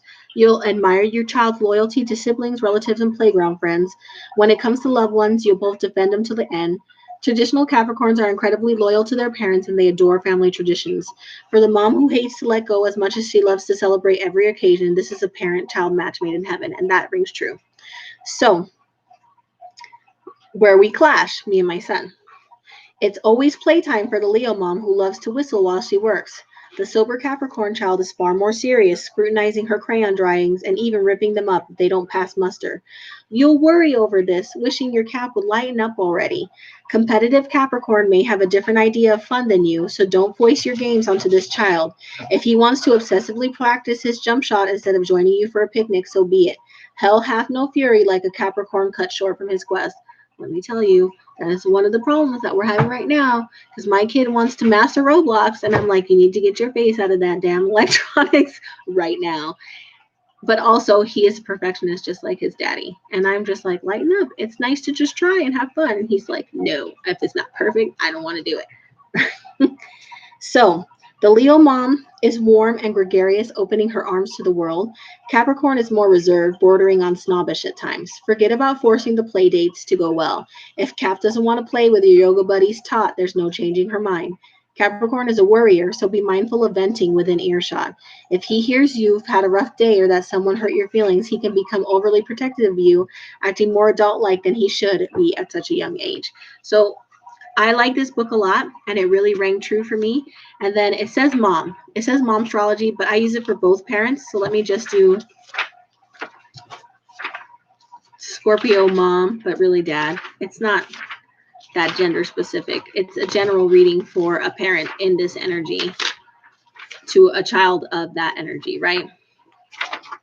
So Scorpio mom, or dad in my husband's case, and a Capricorn child. The dynasty you've always dreamed of building is officially underway when little Capricorn comes out of the womb. As two of the most powerful, ambitious signs of the zodiac, your mini mogul dreams of fame and fortune just like mom or dad. You'll feel as if you're grooming a royal or a world leader, and indeed you may be. The Capricorn kid is born with an aristocratic air. You'll love watching him rise to the top in all that he does. Make a budget for luxury. This child has inherited your affection for fine goods, especially if those goods carry status. God help me. I'm going to have to work way harder to support these two. Like you, little Capricorn is highly selective of the company he keeps. Family means the world to both of your signs. Little Capricorn will be your second in command when it comes to rallying relatives together and keeping household affairs both orderly and lively. Where you clash. Bossy Pants Capricorn can be a bit of a know-it-all. While you're happy to empower your child, you don't want him unseating you from your throne. This is my house. Make sure it's abundantly clear who is in charge at your house. If you have other children, Capricorn can turn into a pint-sized dictator, especially if you put him in charge of the siblings too often. Both Scorpio and Capricorn can be drawn to the shadowy side of life, the land where jealousy, obsession, and power struggles live. Be extra mindful of what you expose this child to. Although you may not see a visible reaction, you don't want this child to become intrigued by darkness. The Scorpio mom can be secretive, and Capricorn can be closed off too. Make sure that you talk about real deal subjects with this child so perfectionist Capricorn learns that it's safe to drop the mask and be vulnerable. Totally my husband and son. I know. So that's Momstrology. It's really good. And it also works for you and your parents, because I have checked out me and my mom, and I feel like it was really accurate as well. So back to the question that I got just a second ago. If you wanted to learn your sun, moon, and rising from a psychological point, let me show you the chapters about that in this book, because this book really excels. So first it teaches you the basics, and you can do some work around that. And then it has a whole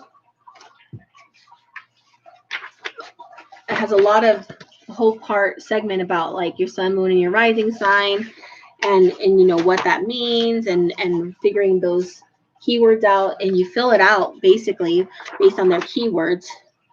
And then so this is how the workbook goes. It'll say the sun, what the general energy means, and then you go through and work through all the little prompts for your sun sign using the keywords in the back. And you do that for your moon sign. Same thing here, moon sign. And you do that for all of your planets and stuff. So in a way, this is very much like self-reflection. You're learning astrology through journaling about your own personality. So that's how this book functions. So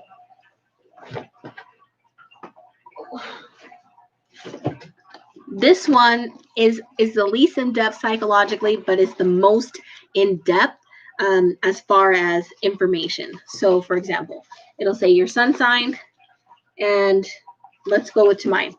It says Leo. It has all of these correspondences. It talks about my most likable trait, so the best quality about Leos in general. And then it has a couple pages about how Leo affects your sun sign, how being sun in Leo goes, and famous people in Leo. And it does that for each sun sign. And then it does that for each sun sign. It does that for each pairing of sun sign. So like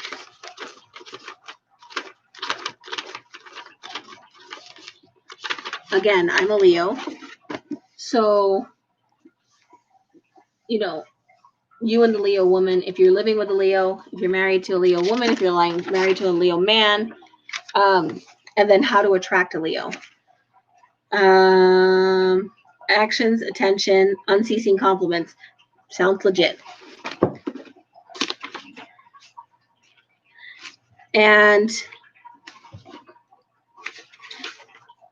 then it goes into the decanates.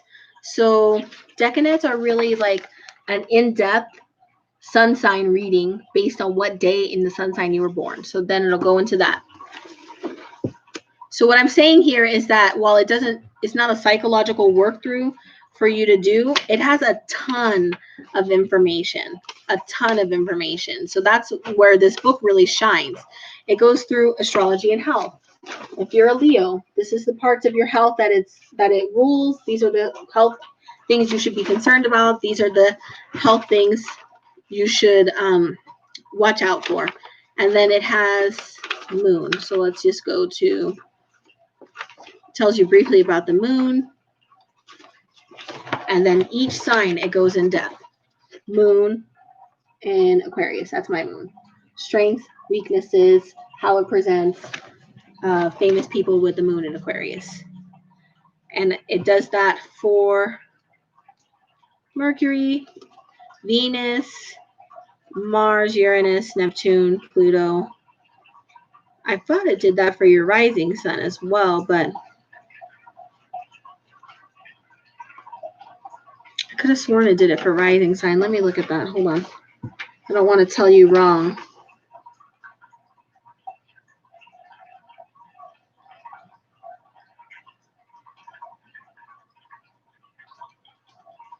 21.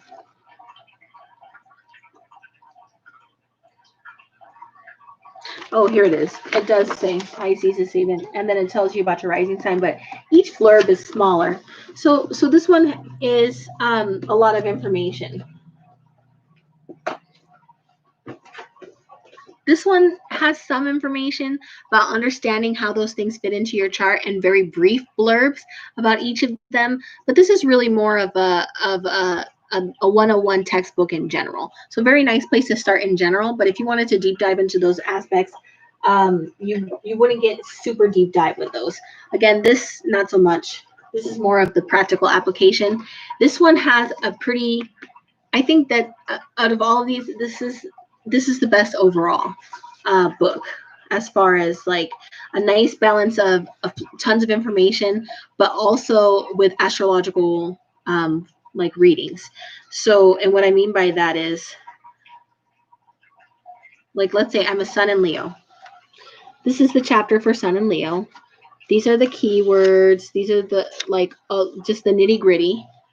Then it goes into how you can progress as a person, what the symbolism means, and the myth of the Leo and the Zodiac sign, which I like that. I like that a lot. So then it goes into if your sun is in Leo, that's the heart. So these are the archetypes. So Leo and Sun, the performer, the loving king. If you're not doing well, the show off, the autocrat. Leo's journey, Leo's gifts, and then Leo's struggles. So it's going to tell you all of that, which I really like because it's a really nice blend of saying this is all of the information about Leo, but it frames it from the psychological aspect without letting you decide. And the reason I think that's powerful is because astrology for yourself lets you make all the decisions. But sometimes if you're really indecisive or if you have a hard time making decisions, that can be overwhelming because you're like, how am I? I don't know how I am. Maybe I'm this, maybe I'm that. It can be challenging to narrow it down to the 3 keywords that you have to pick for yourself if you have a hard time with introspection or personal insight. So your Taurus,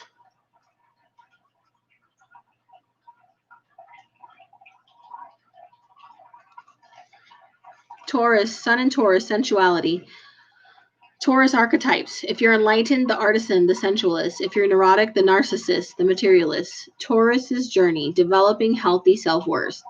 Ruled by Venus, planets of love and beauty. Taurus is slow and sensual, connected to the arts, related to the earth and touch. The sense pleasures are everything to Taurus, who can deeply appreciate the sounds of bassy cello, the softness of cashmere, the flavors of rustic food, or the smell of the garden after it rains. Taurians are here to provide the rest of us ground and practicality. They remind of us silence and of our connection to the earth and our bodies. The journey of Taurus is to develop a healthy sense of self-worth and to surrender their strong attachment to material security, wealth, and vanity. Then, the involved Taurus can help others to heal, awakening us through their touch and the embodiment of worthiness and strength. Taurus has gifts: stillness, beauty, groundedness, generosity, compassion. Taurus has struggles: self-doubt, rigidity, overindulgence, materialism, and vanity.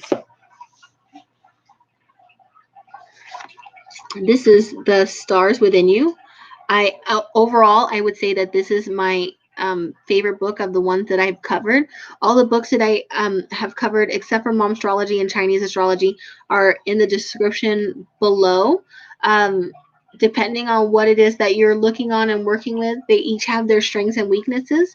I love them all, but this is probably one of my favorites as far as just a nice, pretty thorough 101. And then Hannah so it does that for each sun sign, and then it goes through and it does that for each moon sign. So for me, I'm a moon in Aquarius, and it'll say my emotional nature is unconventional, rebellious, authentic, and detached. Sources of contentment, invention, community, creative work, humanitarianism, and it goes through and it just gives you a blurb about how that's going to affect you. You're welcome, Auntie Crystal. Yeah, I love it. And then again with the rising, it talks about that. What I really like about this book,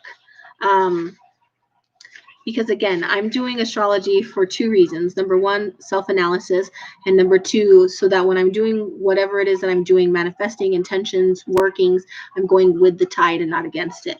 But what I really like about this is, as far as the ascendant goes, it does talk about how it relates to your childhood, because we know that your rising sign is a sign that was coming up on the horizon the moment you took your first breath. So what does that mean in your life, really? So for me, it's Pisces. It'll say my first impression is easygoing. That ain't true. Imaginative, sensitive, and practical. How ways that it can affect your physical appearance.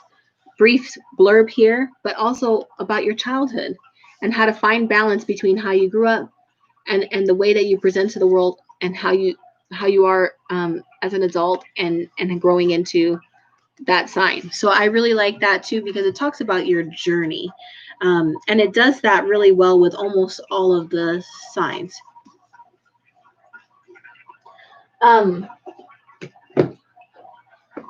Yeah. Yeah, I do love that book. I like astrology a lot. So for those of us who don't have like a large budget for books and stuff, I am working on summarizing all of that information bit by bit onto my webpage, hound.hollow.com. And so I have completed the fundamentals and each of the building blocks with a blurb for each, and the zodiac and each of the zodiac signs with a blurb for each. I'm starting to work through planets, but we'll be working through planets, we'll be working through houses, we'll be working through the different parts of your natal chart, and basically the information that I have done in this series of lives. I think that in this astrology playlist, I think there's like 7 or 8 videos with about like 20 plus hours of talking.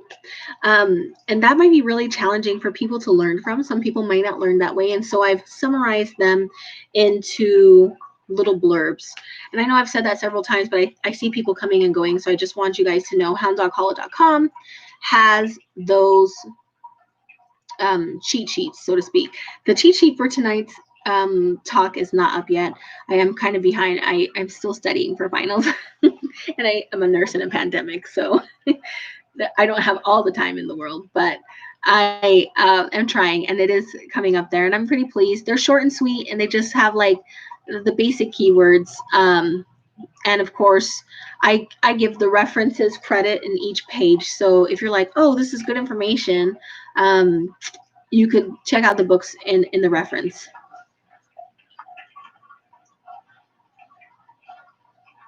Hi, everybody. I'm sorry if I haven't been answering the...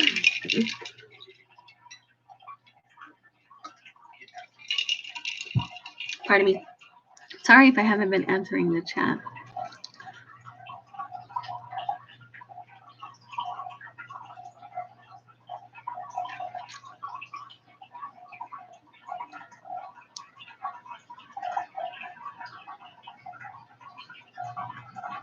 Okay.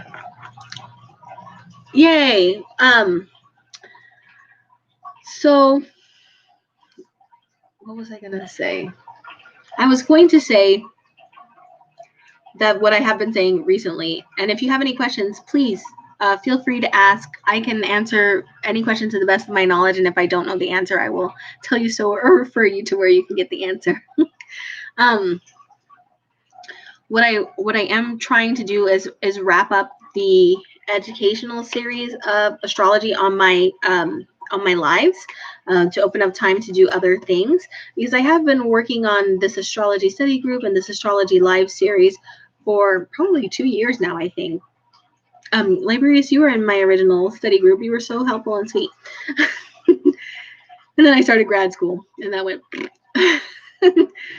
So I'm kind of done covering the basics, and of course it'll exist in the playlist on my YouTube and in the blurbs that are going to be, there's a whole astrology section on my webpage. So all of that information will exist there. What I want to transition to is more along the lines of magical astrology. And So this is more of a 101. So what I've done for the last few years is really covered like what does astrology mean, and what can it mean for you as a person. I haven't talked about, that's not true. In my astrology segments, I haven't talked about how to use that energy for manifestation. I do talk about it a lot in my Get Ready With Me segments, because I go into depth about like, this is the aspect that's coming up, this is the sign that's going to be in, this is the energy, this is what's going on, da da da da da da.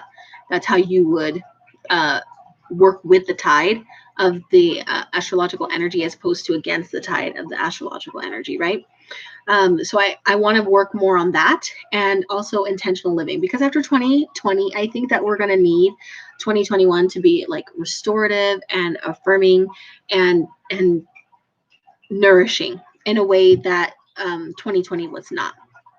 And I want to talk about those things in terms of, no matter what is happening in the world, I want you to still be able to find, to anchor yourself in time and place, and find ways to be fully present in this life, because no matter what's happening in the outside world, our lives are still finite.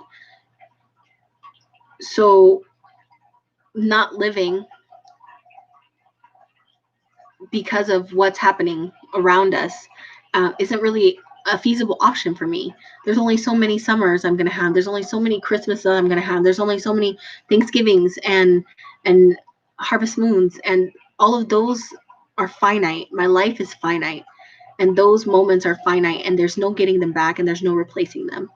So if we're going to be living in a world or in a way that hinders us doing things that have anchored us to the moments in our lives in the past, then we either need to A, find out where it's going to give, or B, find ways to work around it. And so that's one of the things that I want to talk about in the next year, doing more deeper dives, and talking more about how you can take this and practically apply it to your life, because it's another common thread that I'm sure you guys are hearing or feeling. I feel so disconnected. I don't have any time for my spirituality. I haven't been in the mood to do this. Or maybe you even feel like just because it's not perfect on like what you see on Instagram or on other YouTube pages or whatever, that you shouldn't even do it. And that's bullshit. You should still do it. You should still try. Progress is better than perfection, and doing something and trying is better than doing nothing because it's not perfect.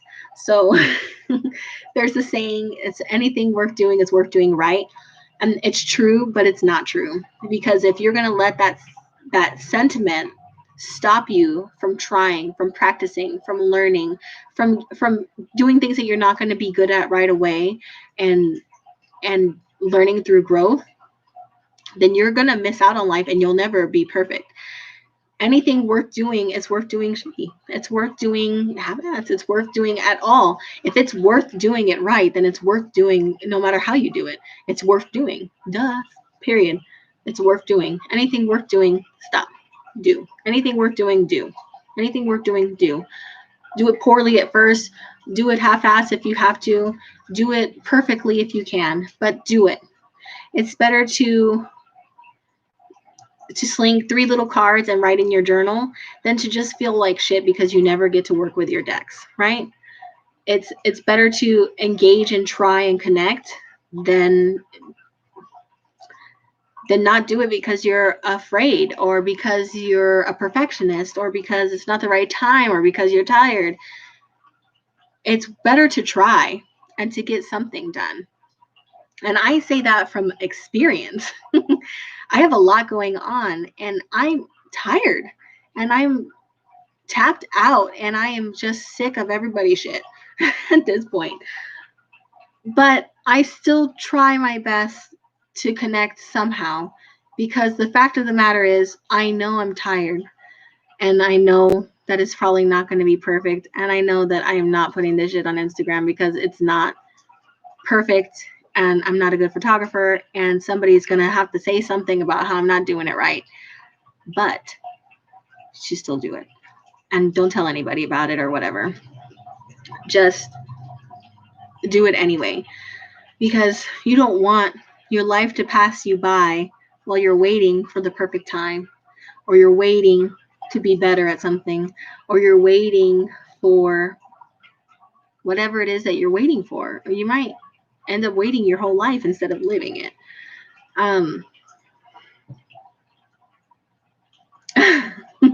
That's awesome, Bumblebee Firm.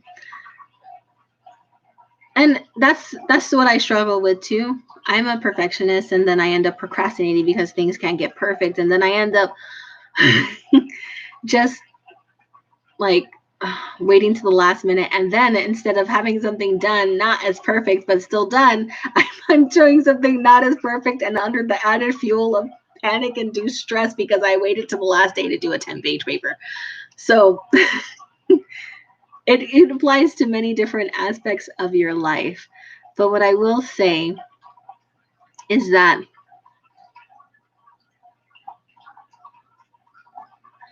oh, thank you, dear. I'm talking to myself too. I'm not just preaching to you guys things that I don't believe in. I have to give myself these pep talks.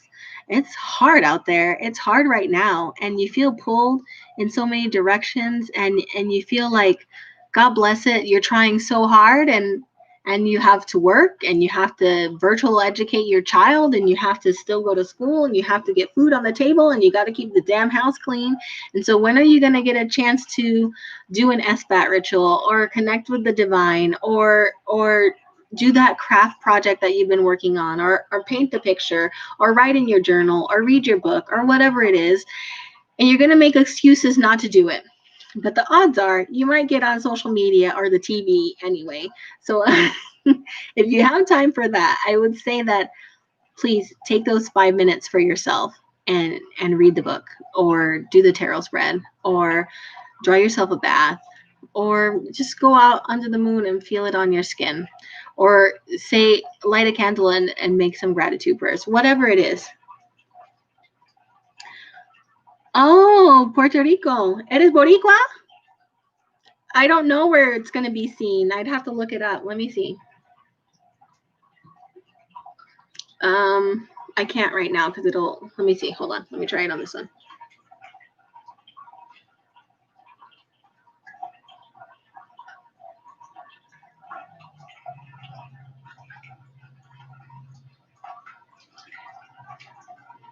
Let me see.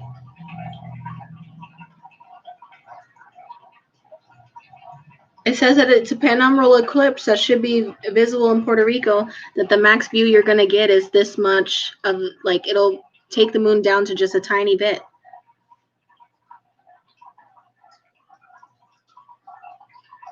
Oh, that's so sweet, Tammy. I've always wanted bees, but I haven't gotten to it yet. I hope that I do soon.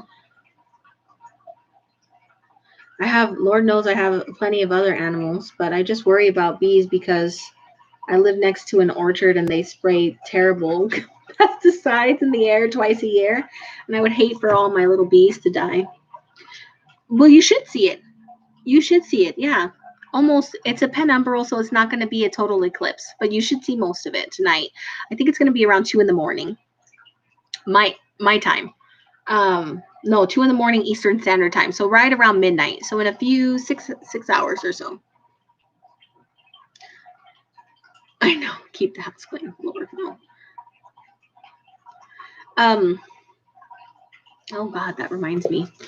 So I did a get ready with me for this full moon coming tonight. That's coming tonight. And it is a full moon in Gemini with a penumbral lunar eclipse. It's the first of the eclipses in this eclipse season. So eclipses come in groups. So we're going to have tonight it's a lunar eclipse.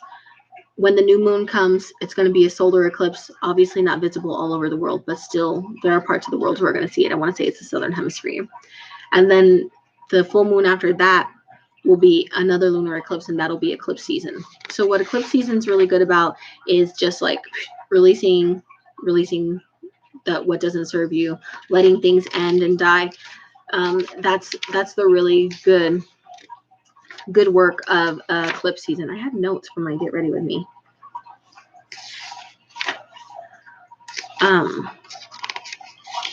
Lord have mercy, where did it go?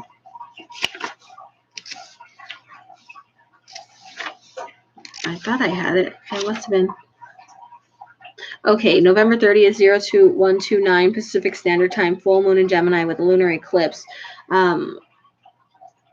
Good workings are reading, writing, study, communication, intellectual endeavors, affirmations, incantations, and chants, studying magic, sharing knowledge, communicating magically, spiritually, and divination. And it's also a good time of release. I don't know if on this side, so if you're doing your SBAT now or tonight, because the moon is going to be full in the middle of the night, then I would say that this is the waxing part, and this would be a good time to attract things to you. So I might do a working tonight to attract knowledge and facilitate learning and education tonight as I study for my finals that are coming up next week. That would be a good working for on the waxing side. Because this is such a powerful eclipses are a really powerful time for release and letting things go, and so is the waning side of the full moon. So after it has peaked, so probably tomorrow night would be a really good time for release. So typically I do a ritual bath of release directly after the full moon, usually the night of or the night after the full moon. And I really try to I make it like a spa event. I have candles, oils, salts, incense. I have my lunar playlist that I always post on my hounddoghollow.com. It's basically every lunar cycle, I make a playlist that I listen to when I ritually bathe, and also like in the car and stuff, to work through the emotions and the feelings that I'm having that specific lunar cycle. I listen to that, and then I do like a really good just thorough spa bath. Like I comb out my hair, I deep condition it, I like scrub all of my parts, exfoliate my body, do like a face mask and exfoliation, all of that. And then I wash really good, and you rinse all that down the drain, and everything that doesn't serve you goes with it. And what's left is for you. And it'll be something to grow on and to work with. And that's my typical full moon habit. This is probably one of the few times that I'm going to be doing a two-part, because I really want to add some oomph to my studying, because I'm kind of nervous about this, my finals coming up. Because let me tell you, dude, it's been a rough term. I've been really distracted by work. So I am hopeful. I mean, don't get me wrong. You must do the work. It is not enough to cast a spell and to do a thing and to set an intention. If you don't do the actual practical, mundane work, things won't happen, or they won't happen to their full potential. So it's not enough for me to light a candle and put some Thoth oil on me and to just like attract the energy of learning to myself. That is not enough. I have to do that, and I have to study. It's not enough for me to do a ritual bath to, help me release toxic self-deprecation or negative self-talk. But then like I don't work on it. I don't actually work on putting tools in my toolbox to help change those neural pathways that I had, because habits are intensely wired in our brains. We want to do the things that we always do. So you're going to have to fight against that current at first.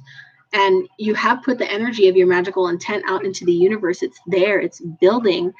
But just like if you have a big old pile of wood for a bonfire, if you don't add that spark and that light, it's not going to burn. You've got to put the work in. And so that's my opinion. I mean, you can of course do whatever you want to do. Again, we've talked about this. I'm not trying to gatekeep you. however you feel like working that, boo-boo, you do you. But I would suggest that you do the actual mundane, physical, practical work. If you want something, work for it. The intention setting and the manifestation work and the magic and the all of that is to announce and put that energy out into the universe that this is going to happen. And then you have to believe that it's going to happen. So you have to act like it. You have to do those actions like it's going to happen. And people who do well on tests, study for them, learn the knowledge, are able to pull it up, practice it, put it into their day-to-day. So I think I'm getting off on a tangent. Thank you guys so much for watching. If anybody has any last second questions, please let me know. Otherwise, this was my second to last astrology live on my channel. My last one, I believe, is going to be December 29th. We're just going to talk about what other things in astrology you could, like where you could go after 101. And there's a ton of information and my suggestions. Thank you, honey. And then, you know, we'll start a new chapter from there, and I'll talk about more about what's coming because I haven't solidified it yet. What's coming in the future at that point. In the meantime, I should be getting my boxes for the month, so stay tuned for some unboxing. I think I'm just about done with my deck reviews, so if you're sick of those, I'm almost caught up. Although I keep buying them on Kickstarter, so don't tell my husband. Also, I'm going to start working through, it is going to be December on Tuesday, so I'm going to start working through my planners, showing you guys what planners I have coming up for the next year.